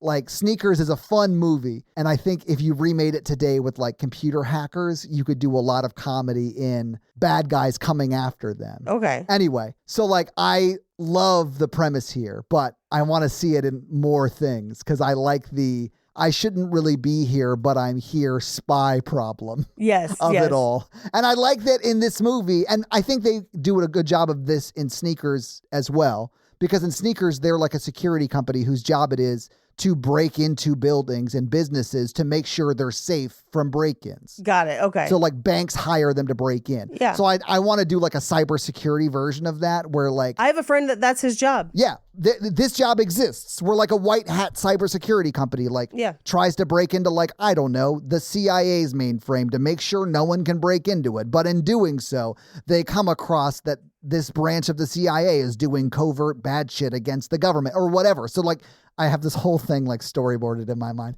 But now the Black Ops CIA wing is after these like computer nerds who like should not be in the field. And now they're in the field. You know what I'm saying? You've seen the movie The Net, right? Yeah, The Net is like what boomers thought the internet would be. Sure. Paige. It is, I'm just like, saying. terrible. No, I know. I'm just saying in the sense of like someone ill-equipped and Yes. and Yeah, I mean, this movie is that kind of. Although this movie does a great job of explaining why she can do things in the field, which I love. Right, which I do love. Anyway, that's a big side note to talk about that stupid premise that I love. But I like that Paul Feig's doing that here, too. Yes. It's like a fun premise. So there's a bunch of Easter eggs in this. When looking through a book of mugshots, one of them is Justine Bateman. But also the picture of Raina's mother is Rachel Dratch in makeup. I noticed that. Yeah. It did look like, and I was like, I don't know for sure. And then, yes. Yeah. Yes. Now, the Bond-like song heard during the opening credits is called Who Can You Trust? Yeah. And is sung by vocalist Ivy Lavon. And it's like It's the so same good. quality as like any Bond song. It's pretty great, guys. Yes. And I'll end on this one because we kind of brought this up in the episode, but I got confirmation of it in Fun Facts. The scene with the bats in the roof and someone bagging Susan's head is a reference to The Office, which was written by Paul Feig on The Office. What? So he was one of the writers on that episode where Dwight Schrute discovers bats are in the roof and traps one over Meredith's head with a bag. That's so funny. And those are your fun facts. Well, thank you for those fun facts, Paige. Let's talk a little bit about the box office. So what do you think Spy cost to make in 2015? Ooh, I think this is actually probably a fairly expensive movie, just given locations, the people in it. I think this probably cost at least 50 mil. Yeah, so Paige, the price for this was a cool $65 million. Yeah. Which, if you adjust for inflation, would put that movie up at roughly $87.7 million today. But the movie did come out the weekend of June 5th, 2015, and it was number 1 in the theaters that weekend. It beat the number 2 movie, San Andreas. Number 3, one of the movies that's actually in the final 4 for our Horror Virgin listener request final vote right now, which is Insidious Chapter 3. I don't know if it's going to win, but it's one of the final 4. That was number 3 that week. Number 4 was, and Paige, I'm so sorry, Entourage. And number 5 was Mad Max Fury Road. Oh, that's what I was seeing that week. Of course. Yes. I was seeing the number 6 movie, Pitch Perfect 2, and it slaps. Oh, I also saw that. It's great. Yeah. So it was number 1 in its opening weekend. Spy is the number 1 movie that I'm talking about there.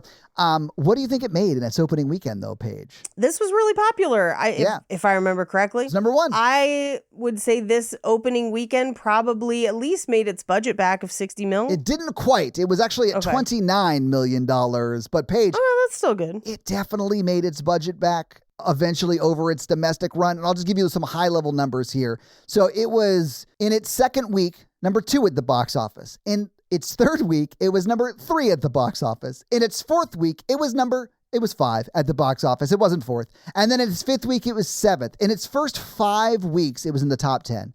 It then fell out of the top 10, but stayed in theaters for 18 weeks. It did really well. What do you think it made just domestically at the box office? Ooh, just domestically, I'm going to say this makes at least 189. 189. Okay, so it made 110.8. So 110 Okay. million, 0.8. I probably got the worldwide. You're actually a little low for the worldwide, I'm happy to Really? report. Okay. Yeah. All So right. internationally, so of course, 110.8 million domestically. Internationally, it brought in 123 million.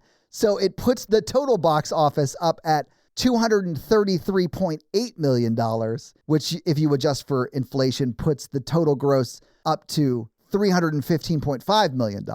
So like $200 million movie. It made plenty of money, guys. Yes. It did great. Yes. But that is your box office page. Do you want to hit him with that romance scale? Our romance scale on a scale of 1 to 4 is how romantic we found this movie today, Todd. It's definitely a 1. Like it's such a spy movie, Paige. Like I was saying before, it's so clandestine with like how they reveal the love story in it. Like you barely even notice it. It's so clever. No, it's not even a focus in the movie. They're not even trying to do it. I warned you. I'm not Paige, thank you for making us do this movie. I'm not mad. I'm just saying it's not there. So it's a 1. I'll make up for it next week with a very unhinged pick. Can't wait to find out what that is. I also can't wait to find out what you're going to give this movie on the romance scale. Uno. Yeah, I figured. Also a 1 on the roar scale because we don't get that sex scene. Oh, God. But I really did want a sex really scene. do want I it. wanted them to make a meal of it, Paige. When you said that they fucked last week, I thought we were going to watch Statham just bore out Melissa McCarthy for like 3 minutes, and we didn't get any of it. I know. I'm sorry. Honestly, Paul Feig, make Spy 2 and be brave. That's all I'm saying. Okay, Paige, we sort of teed it up. So my question is, we watched Spy this week. What are you going to make us watch next week? Y'all have asked. Yeah. Y'all have been waiting. Yeah. We have been waiting for it to be widely streaming, mostly on Max. So if you don't have Max, I'm sorry, you might have to pay to rent it. But there was a movie released this year that was so bonkers unhinged, I had to see it twice with 2 different groups of friends. And now I finally get to talk about it on the podcast. And it is Babygirl. Babygirl. It begins streaming on Max April 25th, 2025. Wow. We're doing a quick turnaround on this episode because Paige is that excited about Babygirl the movie. I need to talk about it. I've not been able to talk to you about this movie, and I saw it twice in theaters where I had to look down the aisle at the other friends I was with, and as we exchanged glances of, is this really happening? And then I couldn't yell into a microphone about it. All of this for a movie whose description is thus. A high-powered CEO puts her career and family on the line when she begins a torrid affair with her much younger intern. Yes, it's Nicole Kidman banging the second brother in Iron Claw, so she's only got 1 more to go. She couldn't get the top claw. It's Nicole Kidman. I mean, she could get all the claws if she tries hard enough. Well, we'll find out next week if she does try hard enough as we break down Babygirl scene by scene, but that's your homework. Watch it for next week. Babygirl! Do you have any reviews for us? I do. So this week I'm going to read a comment from Spotify from our most recent The Spy Who Dumped Me episode. And I do want to address something that came up. Someone said, hey, I love that you guys broke down this movie and that you're going to do Spy next week, but you should consider doing This Means War. It's a great movie that didn't get a lot of love and respect or whatever. We totally did an episode on This Means War. It was not that long ago. This Means War is our 215th episode, guys. So, yeah, it was a lot of fun. We had a great time doing it. But I do want to read this one from Ahmed, who I think wanted to call out my, I think, perfect choice for where the ad break goes. Because his comment just says, Paige, and in quotes, straight up the butthole, and then add Todd, quotes, Paige, do you want to optimize your nutrition? And yes, I may have planned that. Who knows? My favorite is every time I hear that ad, and when I'm listening to it, I just go, no! I do love that you react like a toddler being asked a question. But Ahmed, thank you so much for that comment. And if you want to have me read your Spotify comment or 5-star Apple review, do one of those things and I'll do just that. So yeah, if you guys like this show and want to hear our other show where we talk about horror movies, that is The Horror Virgin. That's the only other podcast I am on, but Paige is also on Cult Podcast, which you can find at Cult Podcast. And you can find us on social media. I am at Todd J. Awesome, literally everywhere. Paige is at Paige Wesley on Instagram. No, it's at Rampage Wesley on Instagram and TikTok, at Paige Wesley on Twitter. That's right. All right. So that's where you can find Paige. If you want to find the show, we are at Romancing the Pod Show, right? Yep, Romancing Pod Show on Twitter. Well, and Instagram, right? And Instagram, but it's show SHO because character limits. If you start typing Romancing the Pod, it'll come up. It'll definitely come up on Instagram. I don't know about Twitter because I haven't posted on Twitter in a hot ass minute. So like, who knows? But that is where you can find more of us. So yeah, guys, give us a follow. Support the show any way you can. We'd love it. Smash that like button. Hell yeah. And that's going to be it for us, you guys. I'm Paige. And I'm Todd. And you complete us. To spy pletion. Bye. I want to see Jason Statham bone down Melissa McCarthy, nerd.